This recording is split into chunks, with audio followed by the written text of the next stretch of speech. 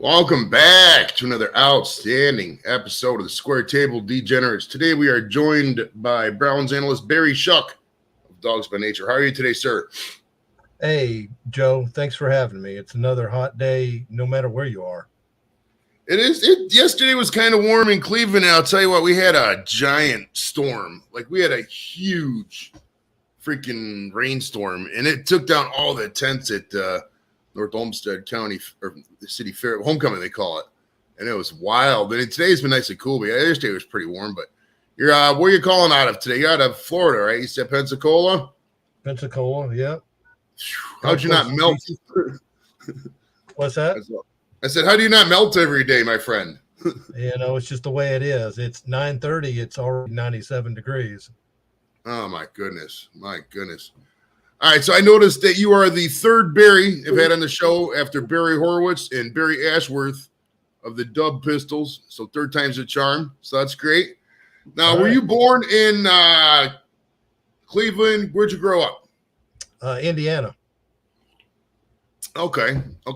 Did you grow up in Indiana or just stay there? Or what was your? I am northern born and southern raised. That means I eat cheese grits and drink sweet tea. Okay, so what is your connection to the Cleveland area then?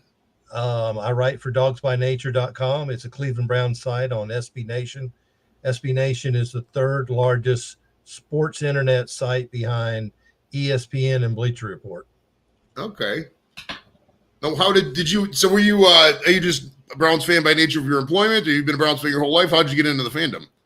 Yeah, after you start covering a team, you start knowing a team, and you start talking to former players and current players. You just fall in love with them. You understand the fandom and the history of it. I'm a historical writer. I'm a member of the Professional Football Researchers Association, so I do a lot of historical stuff. I can tell you anything that something you didn't know about all 32 teams. Okay. So, what year? Because I got a lot of questions about early Brown stuff, so I don't know if they're really relevant to some of it. But what are your? When did you start watching or following the Browns or working for your current gig? Well, I think I've been with Dogs by Nature 4 or 5 years now. I worked for a giant site before that called Big Blue View, but I got my first writing gig in the 90s, and I was and there I ended up doing a column for 11 NFL team publications. Plus, I covered football collectibles for Beckett Publications. If you've ever had a football card and wanted to know. Oh, yeah. I remember Beckett. magazine. I remember when they came out with the first, because they used to have just a baseball card one. And then they came out with the football card one. I think the cover was like Bo Jackson or something like that.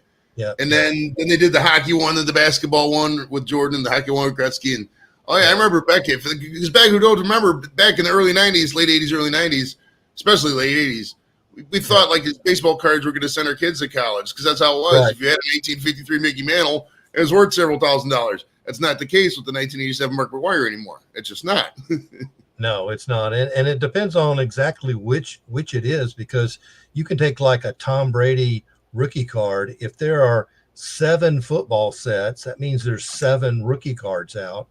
But realistically, only one becomes the rookie card that ends up having value, and it's all on production numbers. What was your first memories of collecting cards? Let's get back into some of that. How old were you, or not how old are you, but like what year did you start collecting them or start noticing them?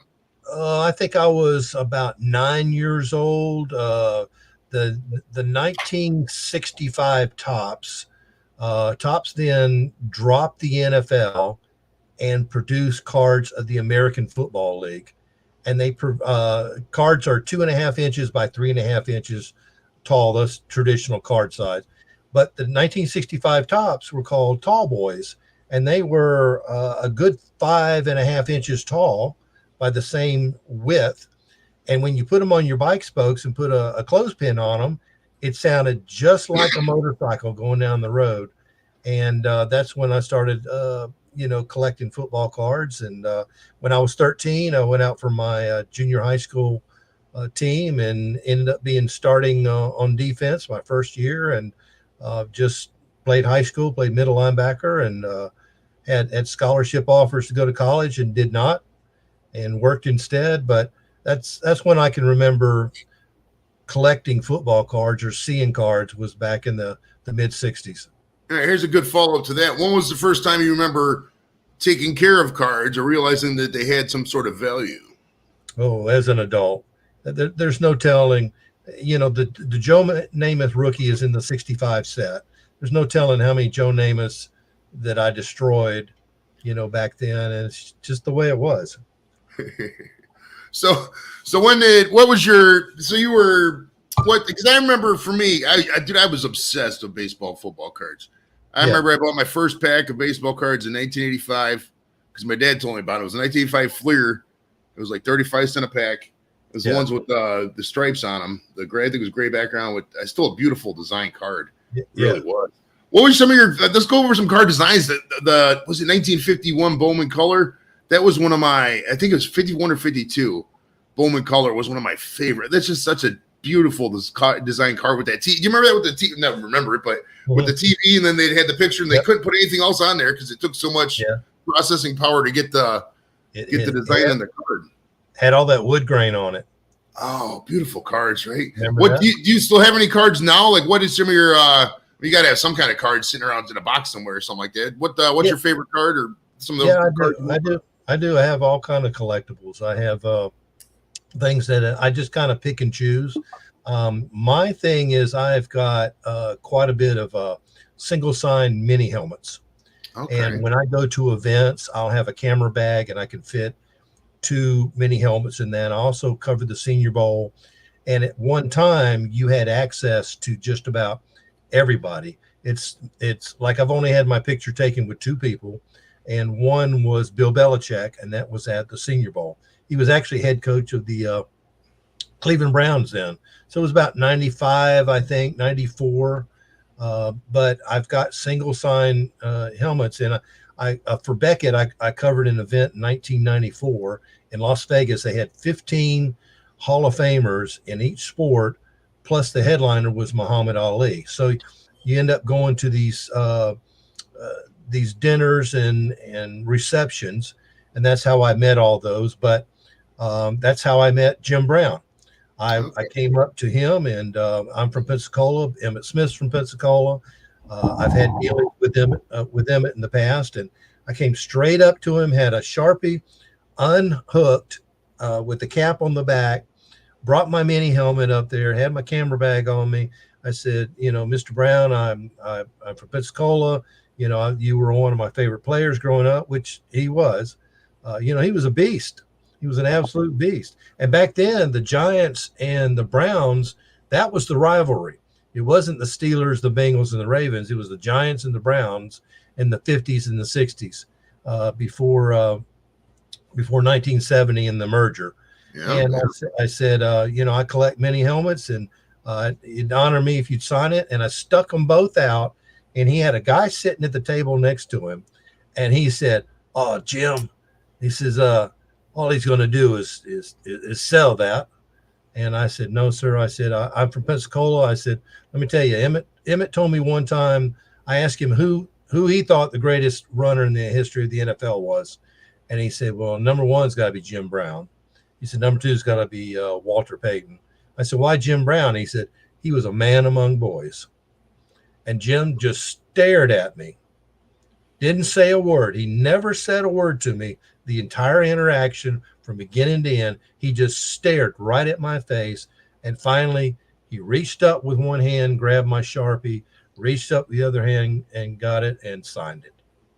That's awesome, man. Yeah, the only time I've never met Jim Brown, but I was on the Cavs parade in 16 when they came by. He was probably about 10, 15 feet away from me on the float because they brought him back and Stipe, and they brought all kinds. It was a fun time. I mean, it was a long day, but because there was no bathrooms, and and I had to go see. So, I got to tell you a story. So, I bring the kids down there. We get down there like 7. We take a rapid down there. It's so early. We're sitting at 9th and Euclid, and they just keep pushing it back and pushing it back. Like, you get start, and it's hot as balls out. It's middle of June. It's like fucking 90 degrees out.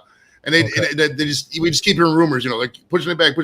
And finally, because they were starting to have rumors that like they were going to cancel it. They're like, we can't cancel this parade. You got over a million people here.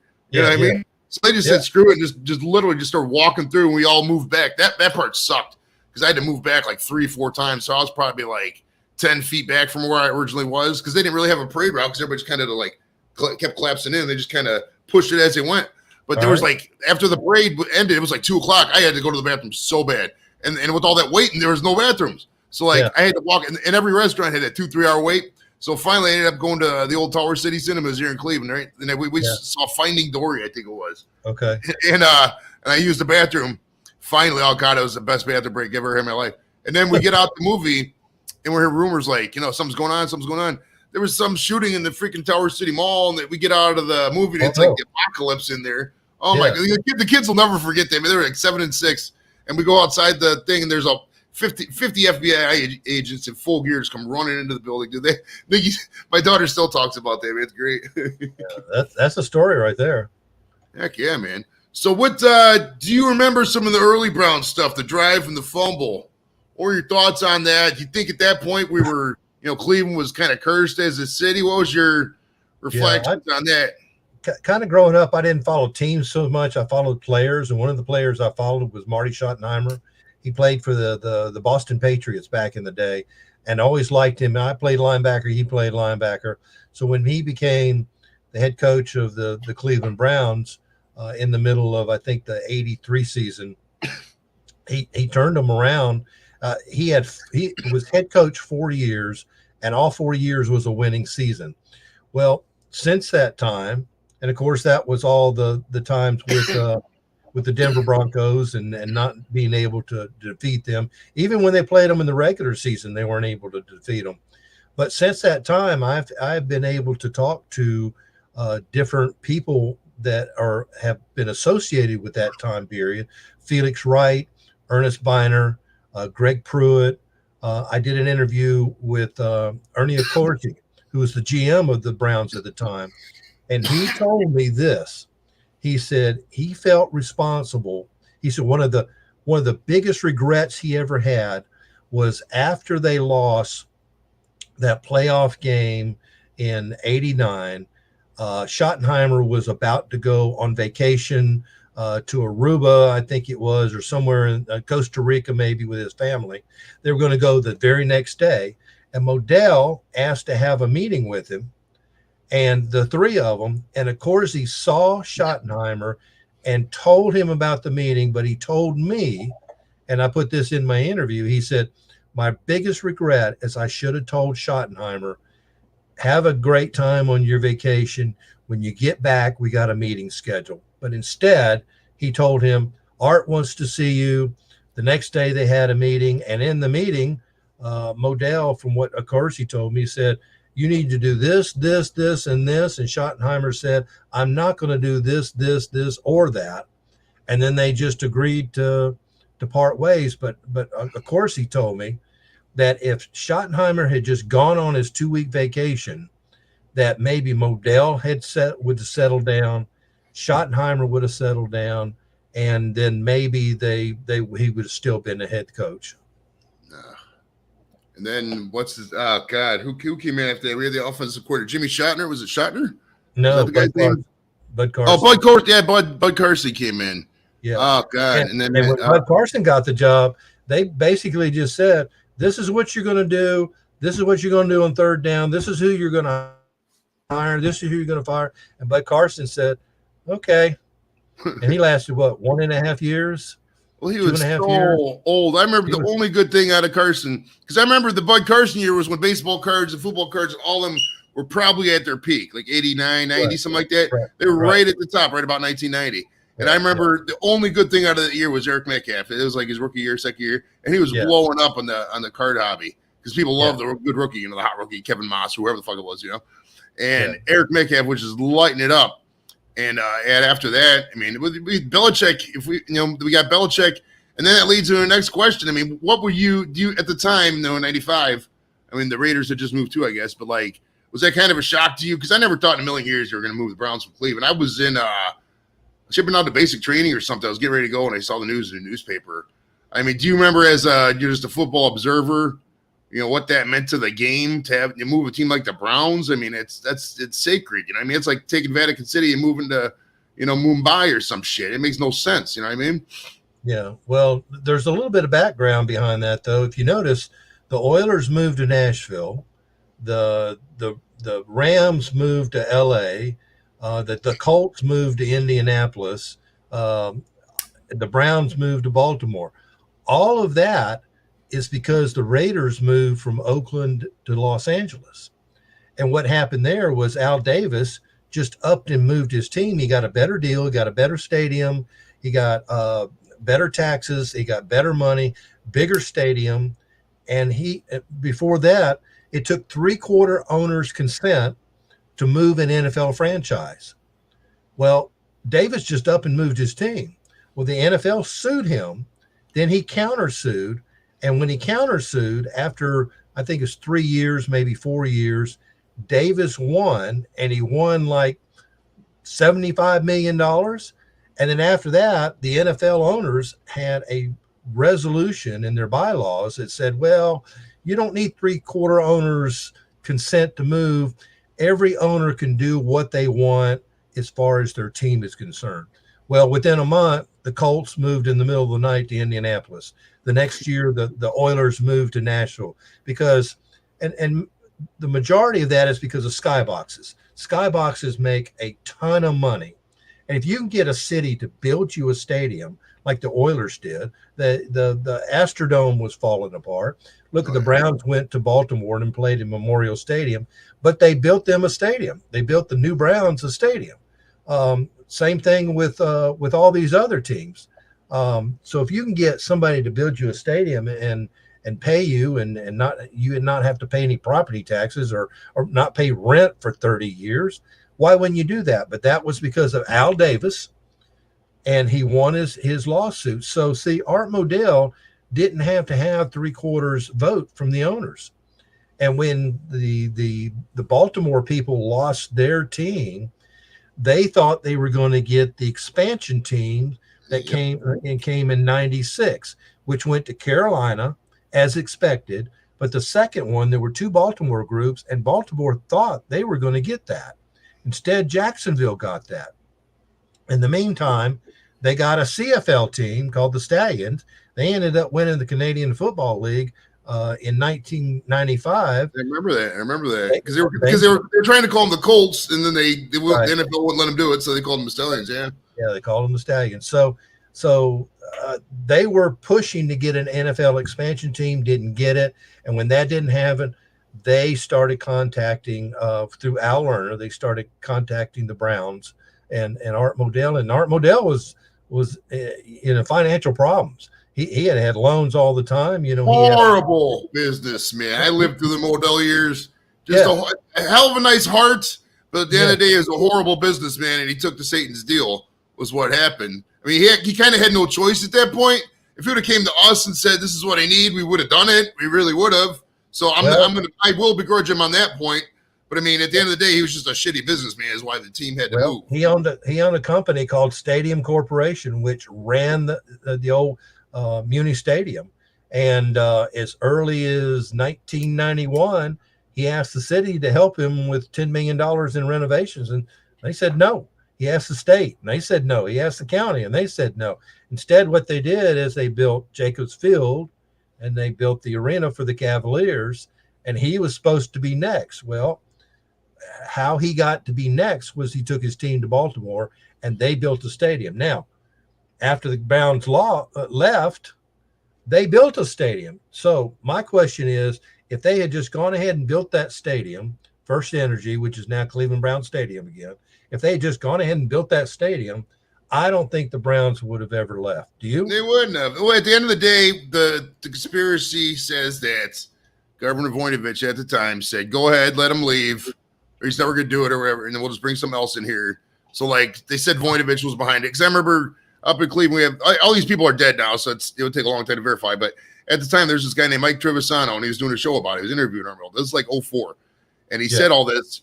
And Governor Voinovich actually called in, dude. He called in. He's like, no, that's not what happened. You know what I mean? So it was, at the end of the day, I don't know what happened, but it could have been resolved. If he would have said, you know, I got this deal in place with Baltimore, you know, I'm going to move. What do you got? We would have done something. You know what I mean? But I don't know. Because at the time, man, Mike Trevisano, he let a bunch of people, they were at the door ready to bust the walls down like a fucking Roman gladiator arena. Yeah. They were hot. There was 50,000 people deep right outside the stadium.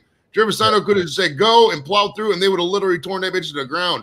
But the chief of police said, yo, could you please not do that? Please don't do it. And he begged them, and he finally backed down. But we wanted blood, and man, we got the team back in a, you know, kind of an expedient manner. But that leads me to my next question. Do you think the Browns got a shit deal? I mean, if you look at what Jacksonville, Carolina got coming to the league and what we got in the time frame, I'd say the Browns got a shit deal. And do you think that, you know, that being said, does that just lead to a fucking, you know, a whole balcony of shittiness? You know what I mean? It's hard to come back from something like that. We're here 24 years later, and we're not even a step past where we were in day one, if some would say. You know what I mean? Yeah, you're talking about getting a team in 1999 and from 1999 to today. Yeah. Like in 1999, that was just coming into the league how they did. They just got a raw deal as fast as they had to do it. Yeah, well, I did an interview with Joe Thomas about 3 weeks before he was inducted, and one of my questions was, I said that 1-15 season was his second to the last. Then they had the 0-16 season, which in week 7 he got hurt, but still he was in that. I asked him, I said, that 1-15 season, did that break you? He said, well, no. I said, that 0-16 season, did that break you? He said, no, the 1-15 season before broke me. He said, and I said, well, what was the issues, and why did you always have 3 and 4, 5-win seasons? He said, I had 19 starting quarterbacks. I had 6 head coaches, which means I had 6 offensive coordinators in 13 years. He said there was never any continuity.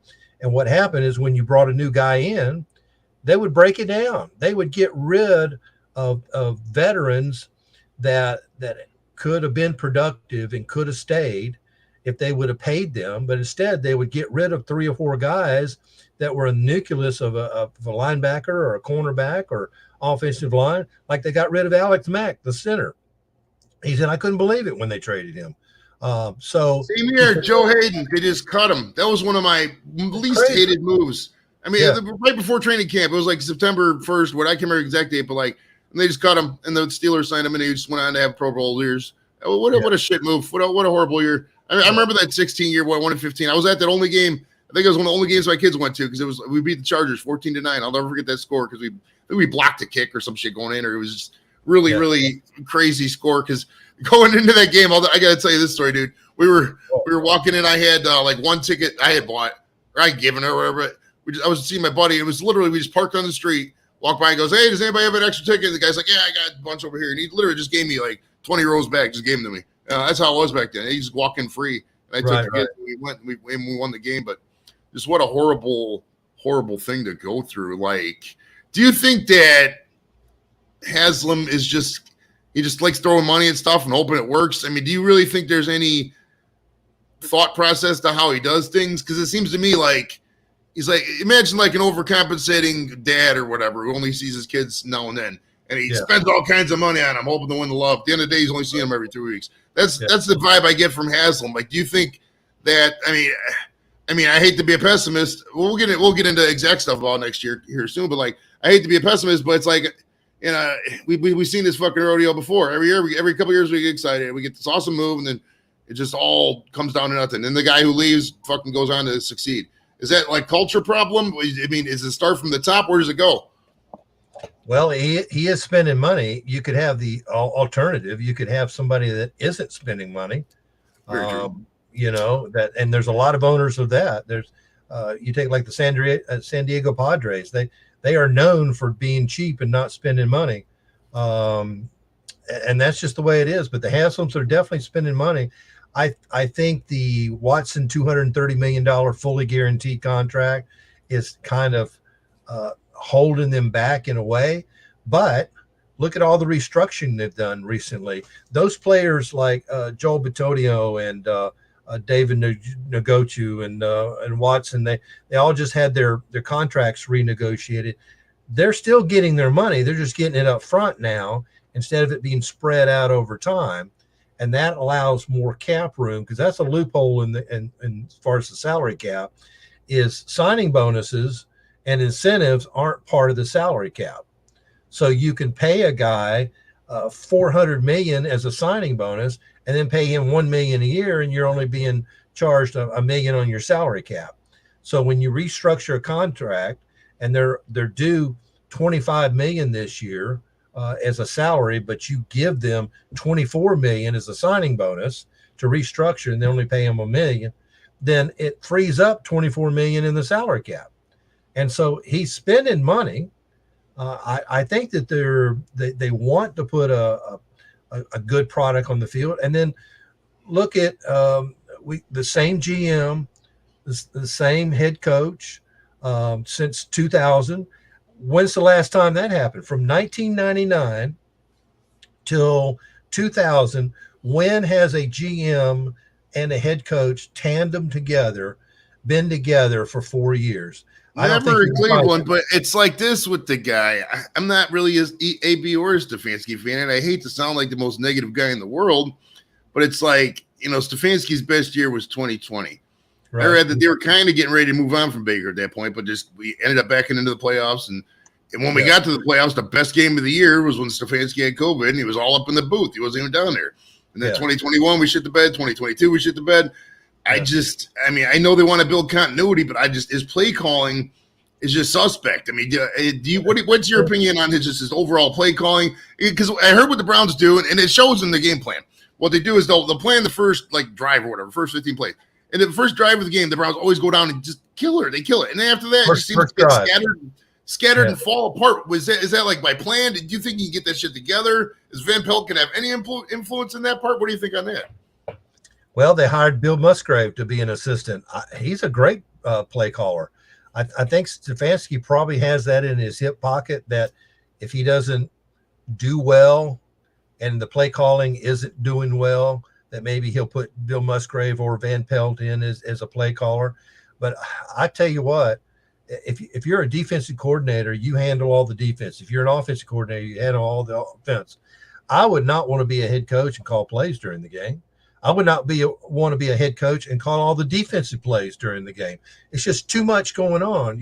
You've got to be able to focus on so many areas of what's going on in the field. I mean, down and distance, you got to be able to keep up. Look at the Jets game last year. They did not keep up with that.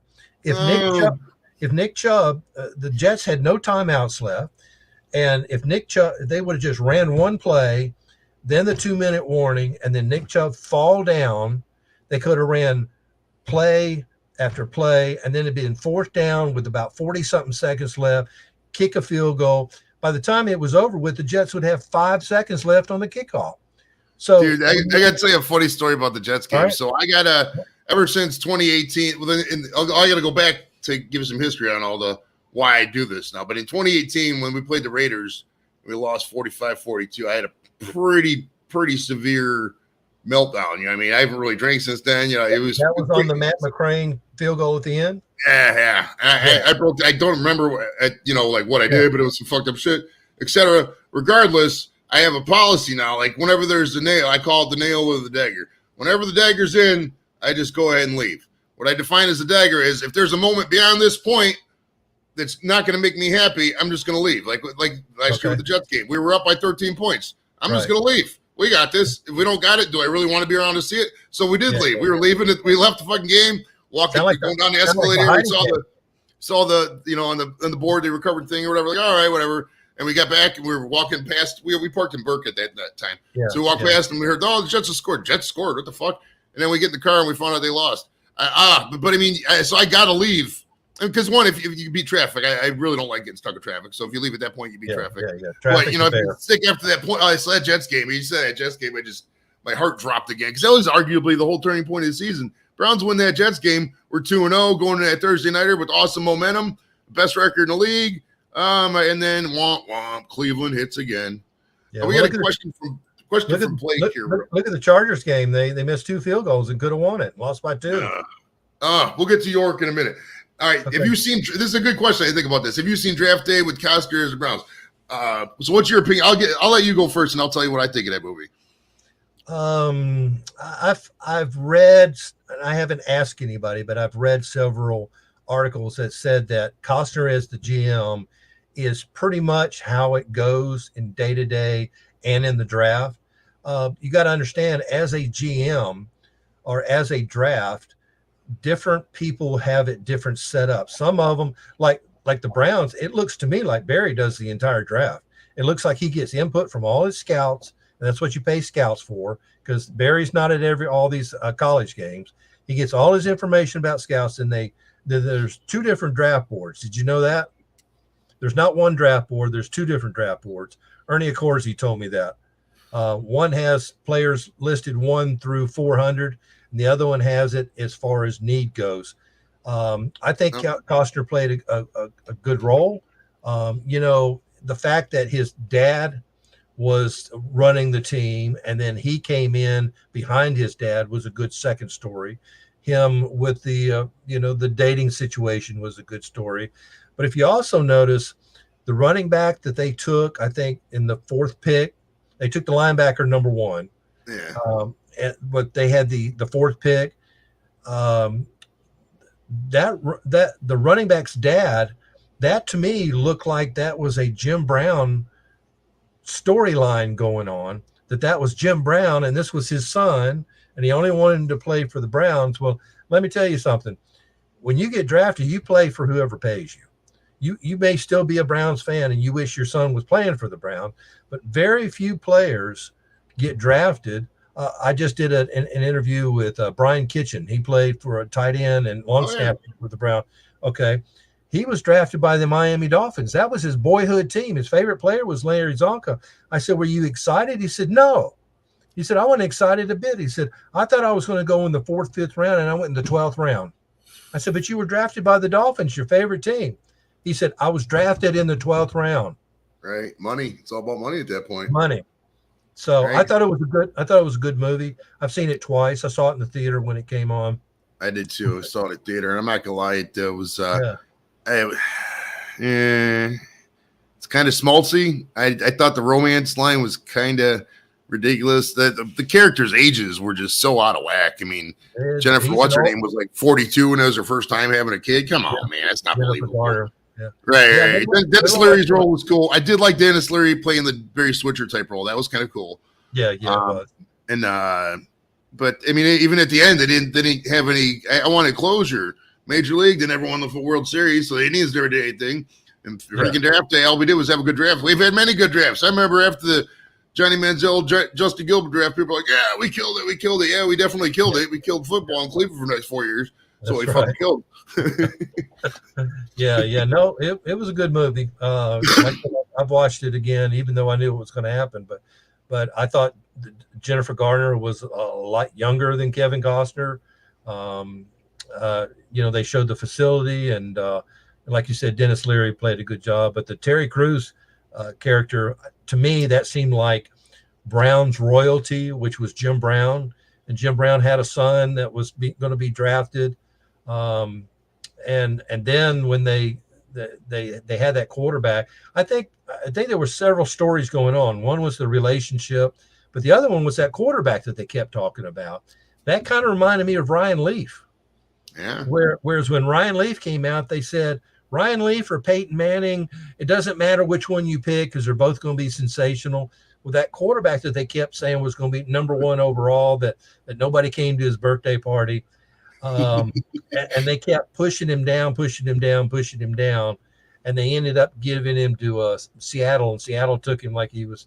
See, there was no storyline behind that. There was no closure behind that. Was he a bust? Or what did he become the Ryan Leaf, or did he become the Peyton Manning? But that was a good storyline, I thought, right there, that made it seem like you had the inside view of what goes on in an NFL draft. But NFL drafts, some of them, there's only a few people that make decisions. I can remember Bill Parcells with the Giants. George Young was great at selecting as a GM. But Bill Parcells wanted input on who to select. Like one draft, he wanted a linebacker named Darian Connor, and he got Rodney Hampton instead. Well, Darian Connor was in the league 4 years and out. Rodney Hampton had almost a Hall of Fame career. So, but have you ever seen the Cowboys war room? There's like 50 people in that room, and they all seem to be, voting and talking about it. So, as a bunch of, and then Jerry Jones always with his 8 Instagram models around the yacht. You gotta love that. Remember that that 2020 draft was my favorite. I've been to a couple drafts. I went to me and my buddies went to the draft in Philly when we got Myles Garrett in 17, and then the one here I went to. I actually got on TV for that one. Yeah. But damn, I forgot the question. What would I just ask? Oh, drafts. Yeah. Damn it, I totally forgot the question. That was the draft where the Macho Man fan went up there and sat in. I did an interview with the Macho fan. And, okay. And one of the questions I asked, I said, was that chair comfy or did it smell like old man? See, that was in the commissioner's basement the year before. That's what that. That's right. It was the Cowboys. Yeah, the Cowboys. At the 2020 draft. The 2020 draft was my favorite because you could just look in there because you could tell the NFL probably said no product placement, so you couldn't sit up there, hold up a goldenpellet.com billboard or something. But then when they cut to Jerry Jones was the best because you're sitting there on the yacht surrounded by all these hot broads. It's great. Yeah, and he's got all his nephews. He's got all his grandsons and nephews in every room. You can see their nephews ever since they were like 6 years old, and now they're 25 and they're still in there. All right, well let's get it. Let's get back into your career for a little bit. After you did the collectible stuff, you said in the 90s for Becky, right? You were writing articles. Well, let's go back even further. Did you intend to go into back then it was probably like journalism or whatever? What was your first foray into it was a print media probably back then, or how did you get into to this field to begin with? No, that's my background is graphics. I owned a sign company for 12 years. Did billboards and signs and. I'm an old sign painter, carpenter, and like I said, I started writing for a publication. I ended up doing a column for 11 NFL team publications like Redskin Review, Silver and Black Illustrated, Packer Report, Bear Report, Buffalo Bills Shout. I did every other week I did an issue. Then I got a column with Football Digest. It comes about that. I remember football and baseball digest. Yeah. I had a monthly column in there on football collectibles. I did Sports Collector Digest. I did Beckett Publications. I did Autograph Collector, and it just kind of went from there. And it kind of morphed. And then, see, all of those were printed publications that came weekly during the season and monthly during the off season. Well, nothing. I think even the local paper, it used to have 5-6 sections. Now you're lucky if it even has 2 sections to it if you buy the local paper. So everything is morphing into online. And I eventually got with Big Blue View. And then that I was doing with Dawgs by Nature with the Brown side. I started doing what the Browns' opponents were. I would do a story on their opponent that was just historical. And after doing that for 2 years, the editor of Dawgs by Nature offered me a position there, and I thought, I could be covering the Browns and doing a historical. And he said yes, and so I've been doing that ever since. So, but I enjoyed research, and I enjoyed coming up with stuff. It's like the Browns just came out with a white helmet, right? Okay. Do you know the history of the white helmet? Yeah, it was what they had back in the old AAFC back in the 40s. Remember the pictures of Marion Motley and all that? Yeah. So from 46 to their inception to 49, they wore solid white leather helmets. Now, plastic helmets were invented in 1937, but they were brittle. They had a ledge on the top that was flat, and when you hit somebody sideways, between the ear hole and the bottom would crack or split or break. So nobody used the plastic helmets. So when the Browns, the 49ers, and the Colts merged into the NFL in 1950, the NFL had a rule that you couldn't wear white helmets or light-colored helmets at night. Do you know why? I do not. They used a white football for night games. The NFL did. So they thought it was an unfair advantage. So like the Detroit Lions wore silver helmets during the day. For night, they wore blue helmets. The San Francisco 49ers wore white helmets during the day. They wore red helmets at night. So the Browns had to go with a different color helmet. Now, Paul Brown chose orange. Now, I don't know why he chose orange over brown. I just know that he did.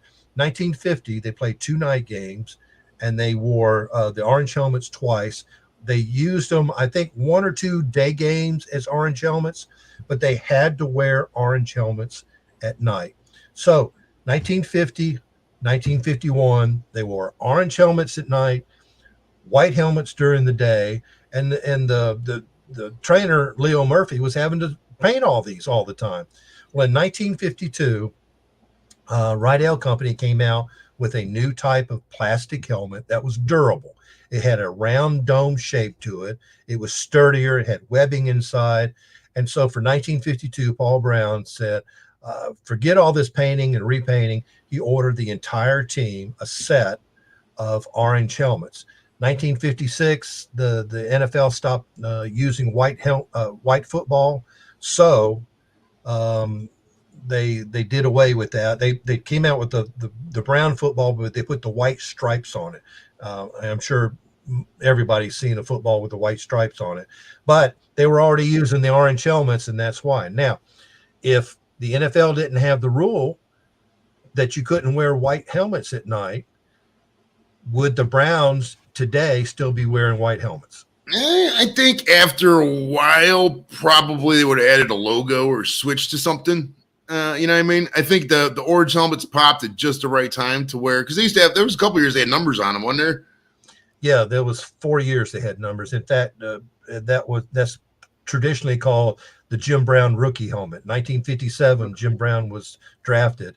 They had a orange helmet in 56 with a solid white stripe and nothing on it. But Jim Brown came, they put the brown numbers on the side. That happened 57, 58, and 59. In 1960, they added the 2 brown stripes on the side of it and kept the numbers. And then the next year, they took the numbers off, and it's been that way ever since.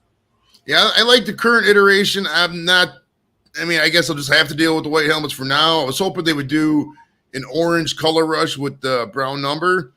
I think that looks that with the orange helmet would look freaking badass. You know, you got the orange helmet, brown face mask, you know, all orange jersey, brown number, orange pants. That would be badass. I don't think they're gonna do that. So, but I mean, I really loathed the Manziel Air uniforms, and that leads me to the question from Blake. I didn't really want to talk about Manziel, but we'll get into it because Blake asked. He says, do you think Manziel was going to be a better QB than he turned out to be for the Browns? I personally was on the Manziel train. I mean, he was awesome in college. He was good. He was great. The guy's a complete POS, if we're being honest. I could say that because he's never going to be on my show, and he's a money-grubbing fool, and he's one of those rich kids who just never gets told no. He lived on ability, and that's, you know, we didn't know at the time. And we should have known it. The guy lived at a bar. He lived at the 9 downtown Cleveland. That's a bar. If you live at a bar, you're going to have alcohol issues. That's just the way it goes. I've seen some of the chicks come out of the 9, Barry. They're not 9s. They're 10s. They're nice, bro. You know what I mean? MGK goes up in that piece at parties. So there was no way he was destined to fail from the rip. That being said, what is your response to this question? Well, you know how Manziel comes from money, right? That came from his grandfather. His grandfather came from Pennsylvania to Texas to live with his uncle, and there was a church that there was oil that was like almost on the ground, and he got a lease with the church, sucked out all that oil, and that's where he became rich. So Manziel's grandfather is filthy rich. In fact, they've got a place in I think it's starts with an L, but I forget the name of the city, Lufkin or something like that, and it's called the Oil Palace, and that was his grandfather built that. Well, so Manziel's parents are rich because their grandfather is rich, and Manziel is rich. So it doesn't matter what he does. It doesn't matter that he fails. You know where he is now, Manziel? I know he did like one of those controlled player leagues or something like that. That was last I heard. Fan-controlled football league. Yeah. There's 6 teams. They all play in Atlanta. It's I don't even know if it's 11 aside. It might be 7 aside. I don't know, but fan controlled football league is where he is, and he's happy there. I don't know how much he gets paid, probably nothing, but he got thrown out of the CFL. He was supposed to see a psychologist. That was part of him being signed by Hamilton. He had to go see a psychologist. He quit doing that, so they kicked him out. Not only did they kick him out from Hamilton and release him, but he's not allowed in that league. Then the AAF didn't want. No, I think they played in the AAF for 1 year or for a couple of games for Memphis when they went belly up.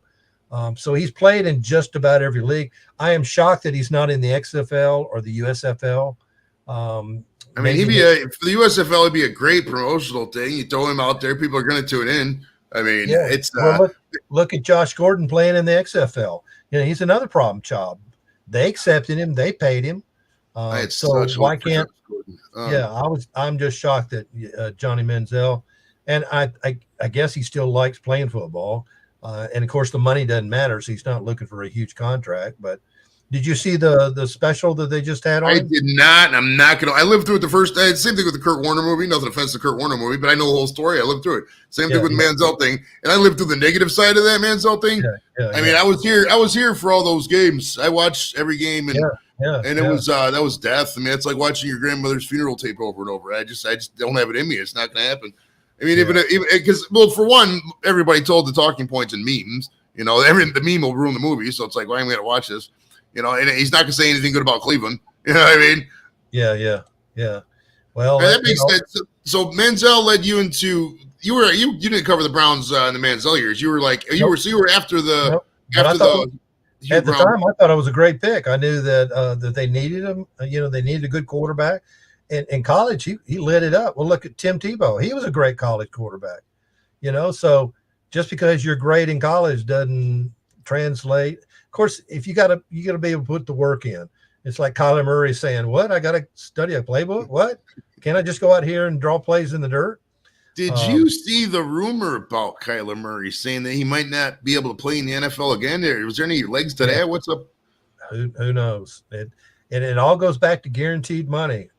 That's the thing about that. It's if you sell somebody a car and they don't ever pay you again, and that's okay, you still get to keep the car. That's you pay somebody 153 that's guaranteed out of 245. Well, what's the motivation to come back? Right. Hall of Fame. What else is there? It's if you've already got women and you've already got a house and you already got 7 cars, and like Aaron Rodgers, he owns 4 houses. What's the incentive to come back and play for the Cardinals? Look, they just traded for Josh Dobbs. That kind of tells you that they're not sold on Colt McCoy. And just in case he isn't the answer, then they'll have a running quarterback instead. I think I harp on Barry, but I think that was a great trade. Actually, I've never been a Josh Dobbs fan. I mean, he can run forward and get 10 yards, but the guy has no accuracy, man. He's just not good in terms of hitting people. He's only got 2 NFL starts, and that were last year.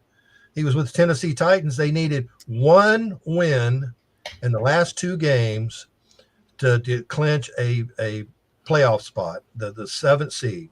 They lost the first one by 7. The second one, he had a fumble in the second half, and they lost it. He started both of those games, was a decent game manager, didn't come through for him. So you've got 2 chances to win 1 game. He failed on both of them.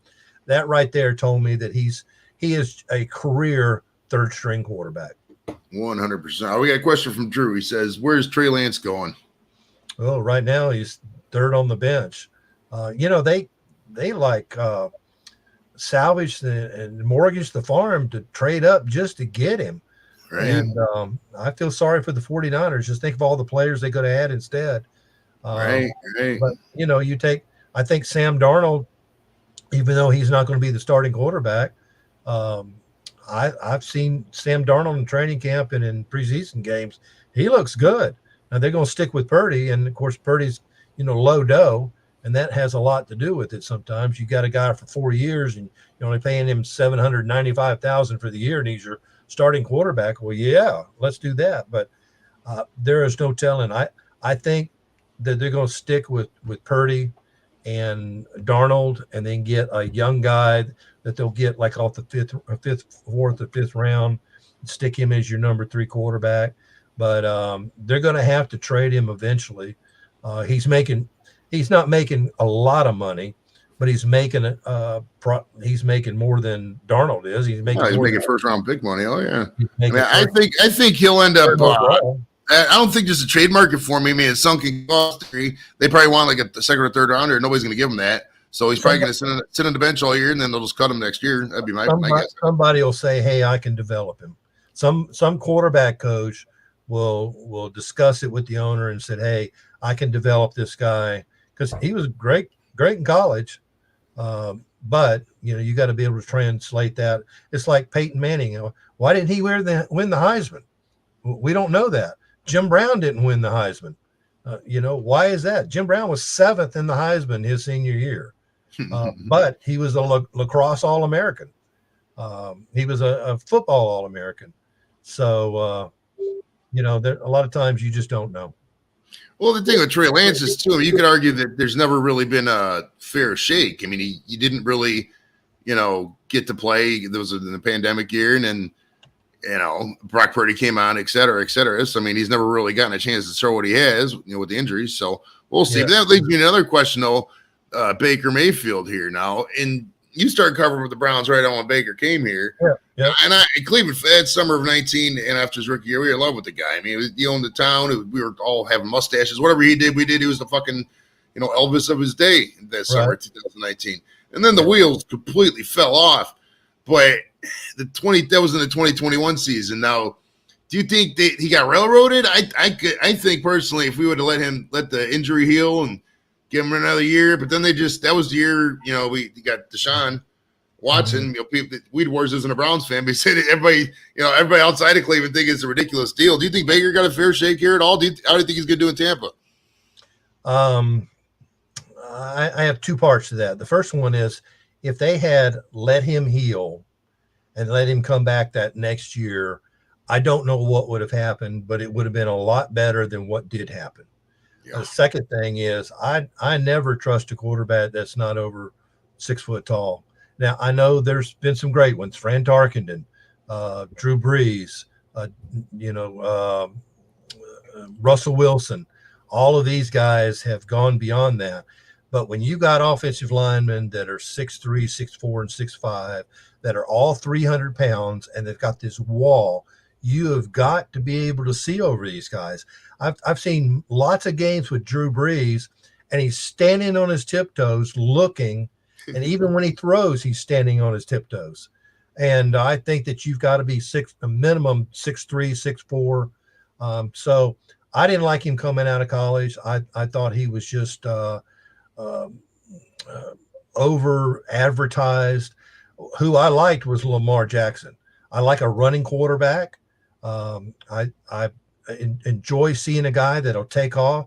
Deshaun Watson, I got a buddy of mine that's got season tickets for Clemson. So every year I fly up to Clemson, South Carolina, and we go to a Clemson game, and I get to choose which game. Well, I've seen a lot of Trevor Lawrence. I've seen a lot of Deshaun Watson. And the guy is just a winner. And if he can go through several progressions, and if the pocket starts to collapse, he's gone. And with Lamar, what's happened with the Browns is if Lamar leaves the pocket, well, you've already left the front 4 behind. And if there's a blitzing safety or linebacker, that's 5 guys that you're already left. And then everybody else is downfield covering somebody. And until somebody yells, run, then nobody turns around. He's 12 yards downfield before anybody even knows he's left the pocket. So for him to go, double digits on running, and he's shifty as a linebacker. And if you play soccer too, you're taught in defense to look at a player's stomach. I hate it when people get juked out. No, you don't have to be juked. Your stomach doesn't go anywhere. Arms, shoulders, feet, elbows, head, all that goes a certain way. But if you look at a player's stomach, he stays right there, and you follow that and track it. And that's how you tackle a player like that. But he's very elusive, and he's fast. He's real fast.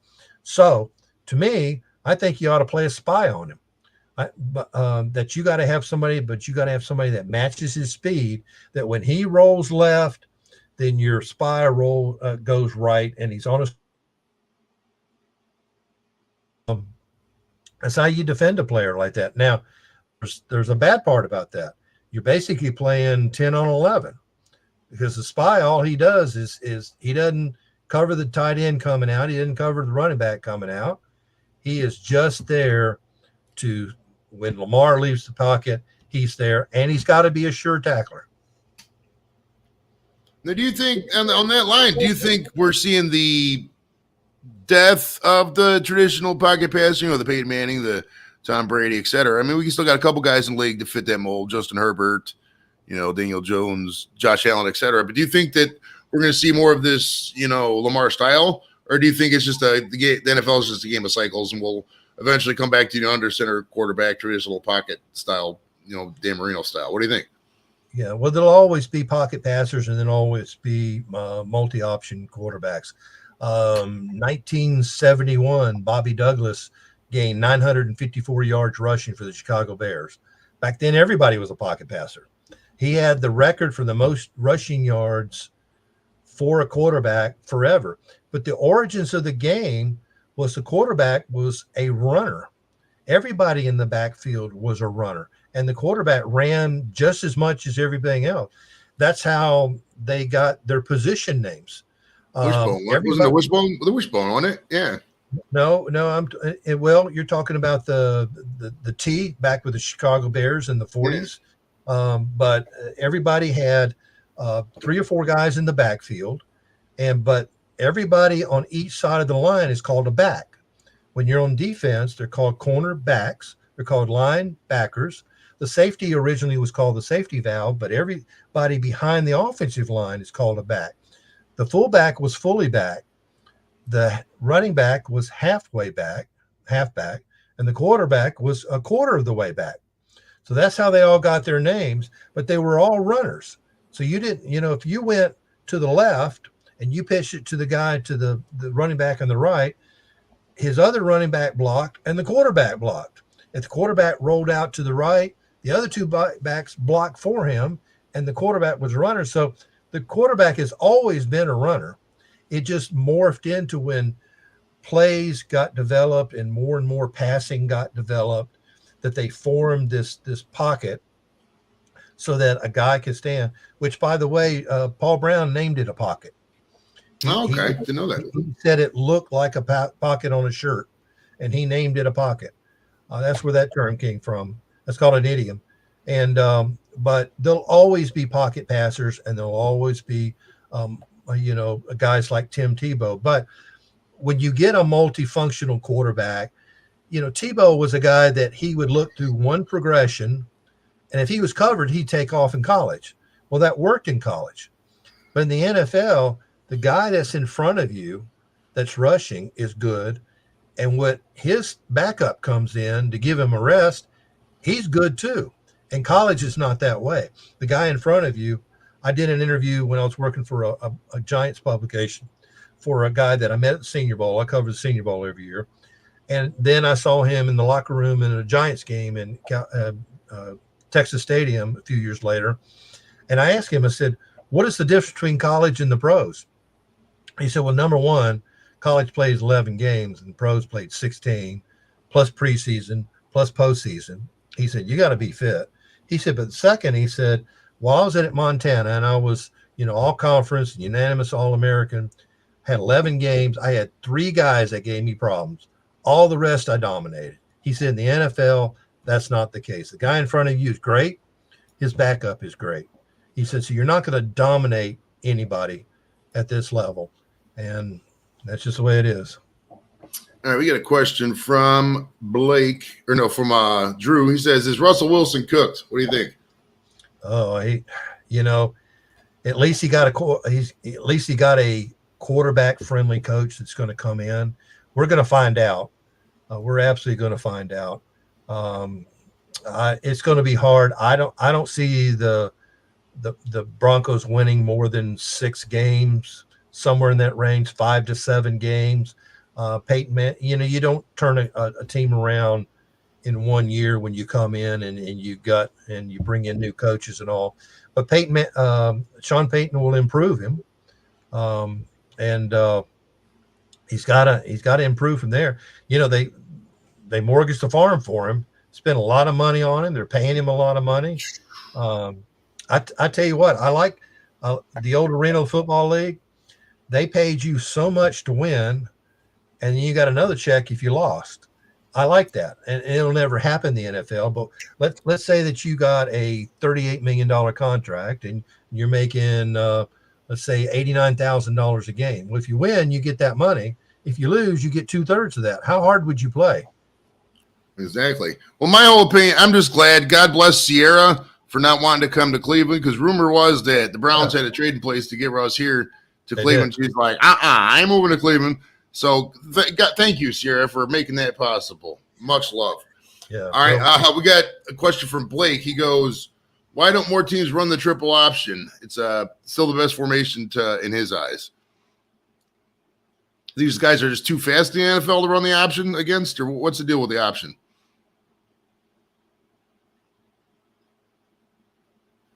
I think Barry froze. They were running 5 receiver sets. Or if you're doing the no huddle offense, that works. The Buffalo Bills did that with Jim Kelly. The triple offense is, once you figure it out, it's easy to defend, and that's why they don't do it. Nobody runs that. I don't know of many colleges that run it anymore, because when it first came out and when Oklahoma and Nebraska were using it way back in the 70s, it was hard to figure out. It's like the Wildcat. You remember that game with the Dolphins that killed the Patriots with the Wildcat? They didn't know how to defend it. Well, why don't teams use the Wildcat now? Well, because they figured it out. They figured out that the running back that gets the ball, he's not going to throw the ball. He's going to run it. So if you bring everybody up and stack 8 in the box, it's not going to work. That's what the triple option is the threat of throwing it is very little there. You've only got 2 receivers on the field anyway. So if you've got one safety and a cornerback on each side, you pretty much have covered the receivers. So if you stack 8 in the box, then you're running against, there's no holes it ends up being. At first you may, but NFL defenses have figured that out. 100%. All right, we got a random question from Dorito. He says, do you have hardwood floors or shag carpet? Or which would you prefer out of those?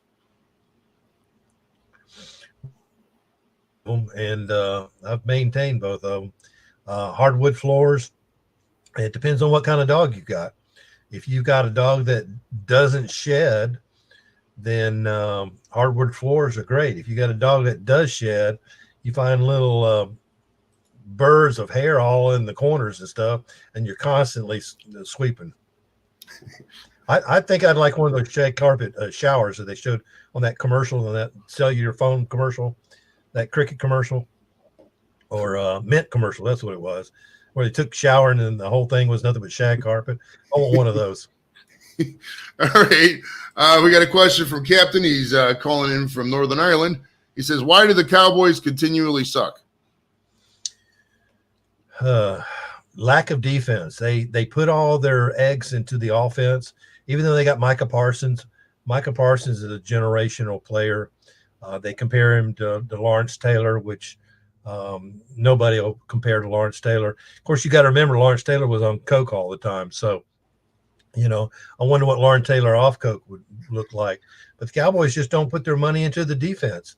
They've got to get that right. They've had pieces here and there, like DeMarcus Ware. But then when he was still producing, they let him go. He went to Denver and made the Pro Bowl, was all pro. They just don't look at their Van Der Esch, their middle linebacker. Does anybody even think about him anymore? No, he's Leighton Van Der Esch. They pick the wrong guys, or they don't develop right. They spend in free agency at all. It is rare when they sign a guy in free agency. They think that they can draft a guy, bring him in. I wrote for a Cowboys publications back in 2005, something like that. It was the only publication that was owned by the team. Everybody else, it was a independent. But my checks came from the Dallas Cowboys, and every year I got a Christmas card from them that was a shot of the entire team, a team photo, and it was a Christmas card. You opened it up, it said, Merry Christmas from the Dallas Cowboys. You open it up, and there was a team photo right there. Nobody signed it, but I'd get one. But they are very tight with everything. So they didn't want a publication when you bashed anybody. I can bash somebody. I just did a story on Dogs by Nature. Is Harrison Bryant going to be on this team after the final cut down? Because they signed Jordan Akins, who was a teammate of Deshaun Watson. When Deshaun Watson won his 3 Pro Bowls, he was throwing the ball to Akins. Okay. And if the Browns are going to be throwing the ball more this year, that means they're going to have a lot of 4 wide receivers on the field. Well, if you have 4 wide receivers, you either have a single running back or a single tight end. So if you're using a single running back, which I'd use Nick Chubb, he's got great hands, and you got the threat of running right there. Why do you need a tight end? Why do you need 3 tight ends? So Njoku is going to make the team. Akins is going to make the team. In fact, I think Akins is going to be a great player for us. Why do you need three tight ends on the roster? Bryant has had 200 and right around 236 yards for 3 years straight, 7 touchdowns in three seasons. He's not producing. He's in his 4th year. He was the Mackey Award winner in college. Best tight end in football. We got him in the 4th round, but he's only getting 236 yards a season. So if there's an odd man out there, I think it's going to be Harrison Bryant. Well, if that was a Cowboys publication, I couldn't write that. I couldn't question if I even said something about Njoku when he came out of college. Demetrius Harris was a tight end. Farrell Brown was the tight end with the Browns. They got David on, drafted him out of Miami. I wrote that when he came out, he couldn't block his grandma. Well, if that was the Cowboys publication, I couldn't say that. He was Njoku's a workout god. Dude, Adonis. Oh God, I've never seen a body on a human being like David Njoku. Go to Twitter and you'll find it. It's great. This is actually a great question. Paul Wright's calling in for Buffalo. He says, who wins the Super Bowl first, the Browns or the Bills? This is a good question because the Bills are good this year. Bills are really good. I like Buffalo. I liked them last year. I like a defensive coach, and McDermott is a great defensive coach. There are not a whole lot of defensive coaches in the league, the way the offenses are. And, the NFL likes a 38-35 game. I just watched the Women's World Cup, and you watch a 1-0, 1-0, 2-1 game. The NFL doesn't like that. The origins of the game, a lot of games were 6-0. A lot of games were 12-6. Well, that's a 2-1 soccer score. But Buffalo is, I think if Josh Allen can continue it on, if they can get their running back situated, they got a great offensive line. They got a good tight end. They're known for their defense. I wouldn't want to play there. I wouldn't want to go to a game there. There was another Buffalo team back in the AAFC. They were called, the first year in 1946, they were called the Buffalo Bisons. Then the second year, they were called the Buffalo Bills. So they were the Buffalo Bills from 47, 48, and 49. And they had the 3rd largest attendance. And when the NFL said, we'll take 3 of your teams, they took Cleveland and San Francisco. Buffalo thought they were going to be one of the teams, but the reason they didn't is the NFL says, we are not going to play games in Buffalo because the Buffalo schedule in the AFC was all of September and October. They had home games, and November, December, they played all away games because they didn't want to deal with the weather. So that's a little Buffalo history, but I think Buffalo will definitely be in it for the Browns. I think the Browns are going to be sneaky this year. I can see 10 wins. I can see maybe 11. Depends on the games that are played. It's all going to depend on what Jim Schwartz does with that defensive line, and it's going to be Deshaun Watson. I did an article that says if Deshaun Watson goes down, then what?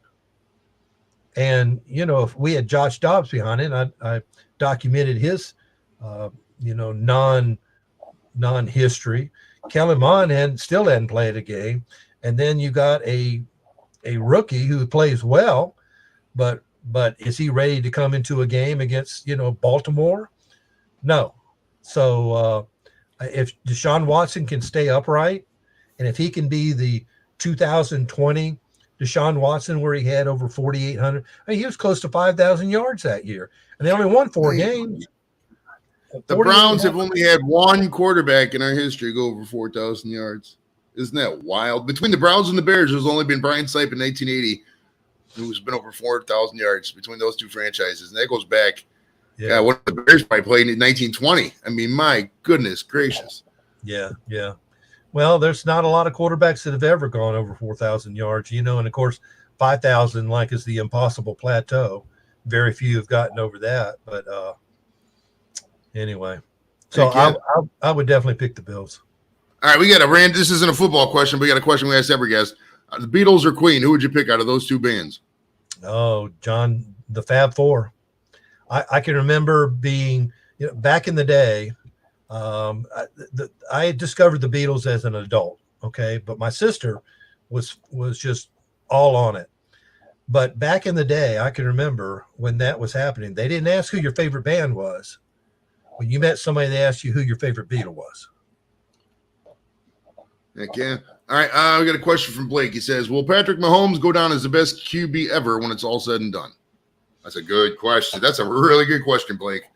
Well, there's several parameters to that.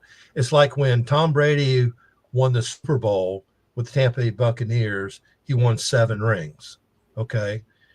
They said he was the greatest ever. Well, there have been 2 other quarterbacks that have won 7 championships. I didn't even mention that. One is Otto Graham. He won 7 championships in 2 leagues, 4 in the AFC, 3 in the NFL. Bart Starr won 7. He won 3 Super Bowls, and he won 4 NFL championships. So nobody ever said anything about them. So it depends on what you consider is your plateau for being great. Most people think it's championships. Well, that would eliminate Dan Marino. That would eliminate Fran Tarkenton. That would eliminate, Steve Van Buren. It would eliminate a lot of guys.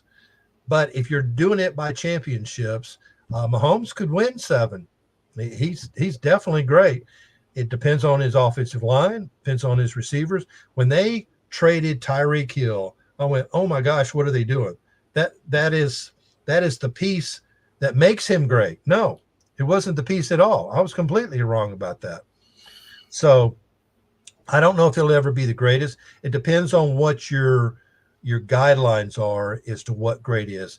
See, today, it's like Jim Brown, his last year, he rushed for over 1,800 yards. He was the NFL MVP. Think about that, 1,800 and let's just say 45 yards in one season. That was in 14 games. So, if you say, okay, Nick Chubb just ran for 1,845 yards, that's in 17 games. Well, yeah, if you got 3 more games to do it. So, back in the day, teams didn't throw. If you threw 15 times in a game back in the 40s and the 50s, that was a lot. But when Don Coryell started in the American Football League with the Los Angeles Chargers and then the San Diego Chargers, he opened it up, and the American Football League in general opened up. Joe Namath, when he came in, he set a standard. He got that $400,000 contract when everybody else was making $35,000 a year. Everybody went, "Whoa, what do we have here? Oh, the whole thing is going to collapse and not become anything." But Mahomes is a great quarterback, and if you go back and look at that draft, what was he drafted? 12th, 11th. Browns could have had him. Browns could have had him, bro. They could have had Deshaun on the front end. They could have had, Josh Allen and Lamar Jackson and a lot of players they could have had. Instead, they. Well, I think when you're finding a great quarterback, I don't get me wrong, I love Otto Graham, love the 40s and 50s Browns, but it was just a whole different game. There was 10 teams in the league, And some of the championships, it's like Ric Flair, 17 world championships. How many of those are the actual championships? When there's 2-3 football leagues. I don't put as much weight on it. I mean, I think without question, Brady's the GOAT. I mean, I would argue Brady's might be one of the GOAT in all of sports, not even just football. I mean, that's how dominant and good he was over the years. He lost a couple of games of the Giants. I mean, just his career. I mean, he's my age, and the guy just retired. I mean, it's just insane. I know LeBron's chasing Brady's GOAT at the end of the day, but so I think you put a lot more on modern day when it's a lot harder to beat 31 teams than it is to beat 9 teams in leather helmets when you got Jim Brown who's 6'3", 240, and you got linebackers who are 225. You know what I mean? So that's why I think Mahomes has that potential. It would take I mean, you're talking a good probably another 10, 15 years at least of dominance. You probably have to win at least 5 Super Bowls, if not more, to be considered up there with Brady. Yeah, you're absolutely right. But he definitely has a shot at it. Depends on his offensive line, and it's going to be interesting to see now that their offensive coordinator left, what's really going to happen. I guess Andy Reid's been calling all these plays, and I guess the enemy hasn't. I don't know. We'll find out. But I think back in the day, and I've talked to I just did an interview with Jim Nowowski, who played for the 64 Browns as the backup to the quarterback, Frank Ryan. He said, we called all our plays back then. He said, everybody called all their plays. I remember the Giants, they had 2 quarterbacks. They had a young guy that only had been in the league 2 years named Heinrich. He played the first quarter. And then when Connolly came in, Charlie Connolly played the rest of the game, but he took the first quarter to watch the defense and see their tendencies. That's just what they did, but all the quarterbacks called their own plays. Paul Brown in the 40s started messenger guards. He wanted to call the own plays. He was his offense coordinator. Otto Graham didn't call anything. He would call an audible once in a while. He said, but I didn't want to get chewed out if I got sent to the bench. But he had messenger guards, and that's where the offensive coordinator position started, was with the Browns and Paul Brown. Okay. I got a question from Captain. He's got a bunch of them here. What is your favorite American football film? He calls it American football because he still says that soccer is called football, but I disagree as an American. I mean, technically it's probably right, but I mean, it's an American thing. What do you want me to do? But I'll answer that. I got to think. What's my favorite football film? I'd have to say Remember the Titans. That was a good one. I was a 70s football guy. And it was at the time where people were shooting each other. I went to a high school that it was Robert E. Lee High School, and their nickname was the Generals, but the logo was a Confederate flag. Then I moved to Pensacola, and there was a team school that Trent Richardson and Emmett Smith went to called Escambia High School. They were called the Escambia Rebels. Their logo was a Confederate flag. They were shooting each other at one school, and they were shooting each other at the other school because of that. So Remember the Titans was that what hit home to me. But North Dallas 40 was a good film. The Replacements, I love The Replacements. That's a good one. The kicker comes on the field with a cigarette. Remember where the Asian offensive lineman, who kind of reminds me of Eugene Chung, who played for the Patriots back in the day. I like the stripper. Didn't they have the stripper cheerleaders too? That was great.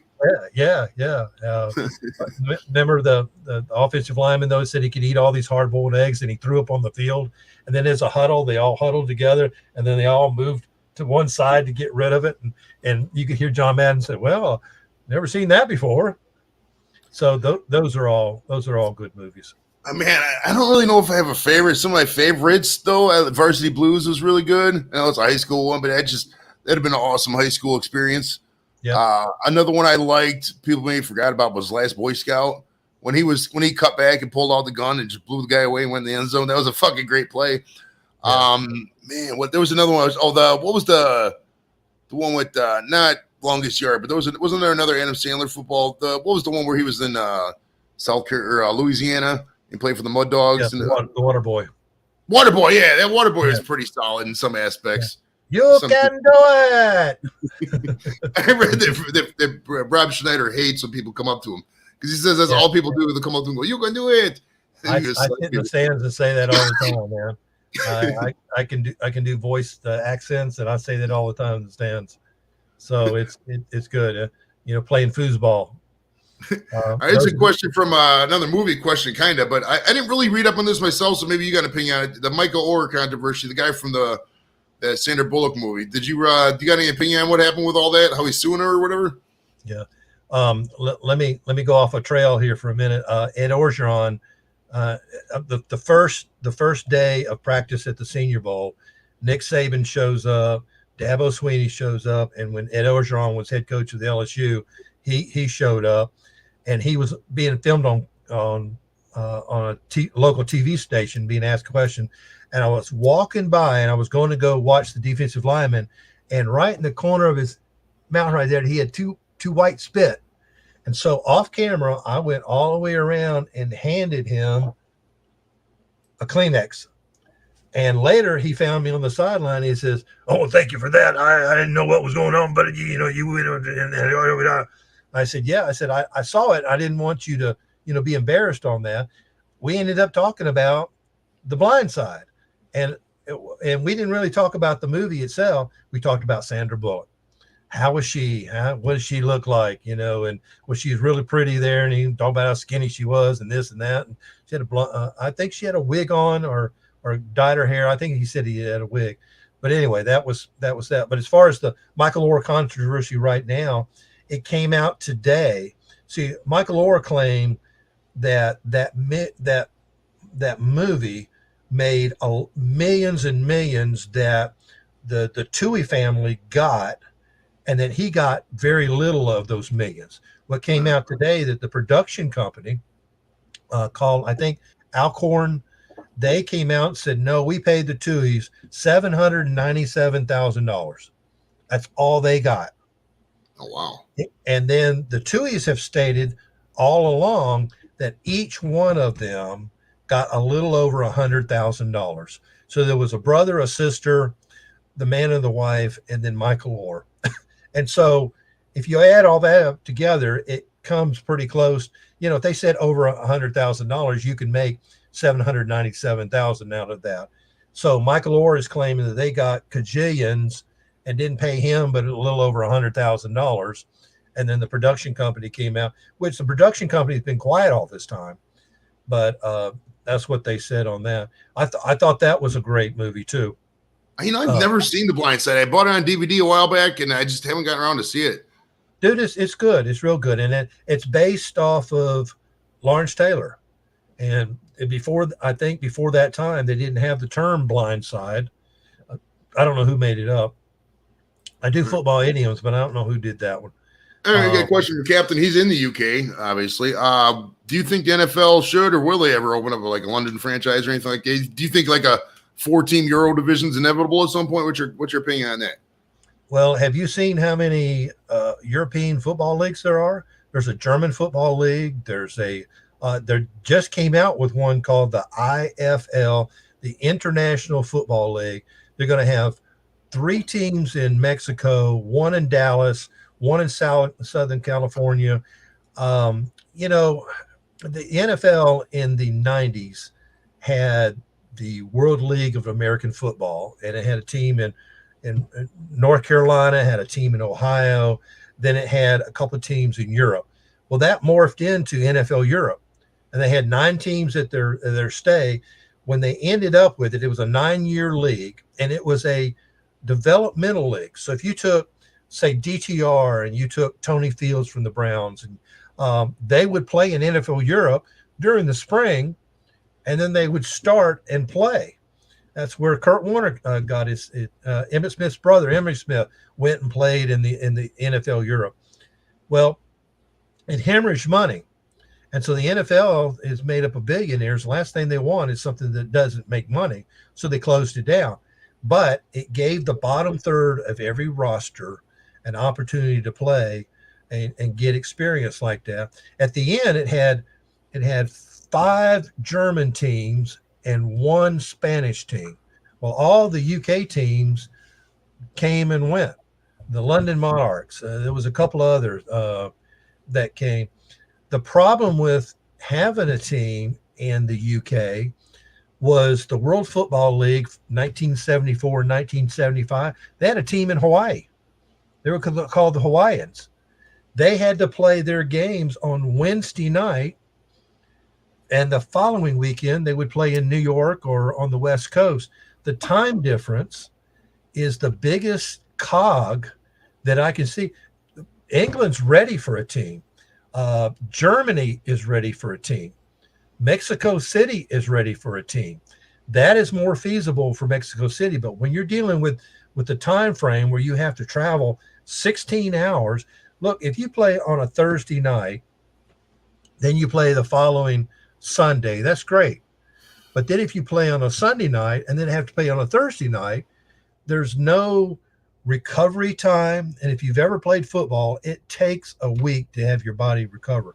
You can't be like baseball and play 2 games today and 1 tomorrow, or basketball. You just can't. It takes a week. Plus, you got to put in a game plan. Well, you can't have but 2 days on a game plan and do scout team and do practices and then show up and defeat a team not knowing your strategy of how to get to it. So for there to be a team in England, it's almost like the English team would only play half a schedule and play every other week. Right. Of course, that's not going to happen. But for them to put a team in England, well, everybody thought Jacksonville would eventually do that. You know, Jacksonville's official second home is London. In fact, there's a fan club there. They're called the Jack something. Union Jacks. JAX is short for Jacksonville. The Union Jacks, and they've got like 80,000 members. So Jacksonville has one home game in London every year, and that's their second home. But England is ready for it. The UK is ready for it. It's the time difference that I just don't see. I personally don't think it'll ever happen. Just, I mean, they'll keep playing games over there because it's a moneymaker, but I mean, it's more of a novelty for. I mean, I know a lot of these Brits, and you know, some of them will like football, but it's a novelty. They like the Premier League and they like their overseas soccer and all that. They you know what I mean? It's in their blood. It'd be like asking me and you to care about Premier League. Will we care about it? Sure, but like, do we want a Premier League team in Cleveland? You know what I mean? It'd be really hard to run with it. It really would. Now, if England got a team, could they sustain, 8 or 9 home games a year? And would people come out and sell out 8 or 9 home games? It's one thing to sell out one game when Jacksonville goes and plays whoever. It's one thing to sell out one game a year. But can you sell out 9 games this year? Right. It's like when they bring wrestling over, they could sell out one, event. But if they did 3, 4, 5, 6 pay-per-views a year, eventually, like you just said, the novelty will wear off. Now, I do think the NFL will expand, and I think it'll be in the next 6 years. But who I think they'll expand to, and I think the list will be down to St. Louis. I think it'll be down to Memphis. It'll be down to Birmingham. But who I think will get it, and Portland might be on that list, is I think that San Antonio will get it, and then Mexico City.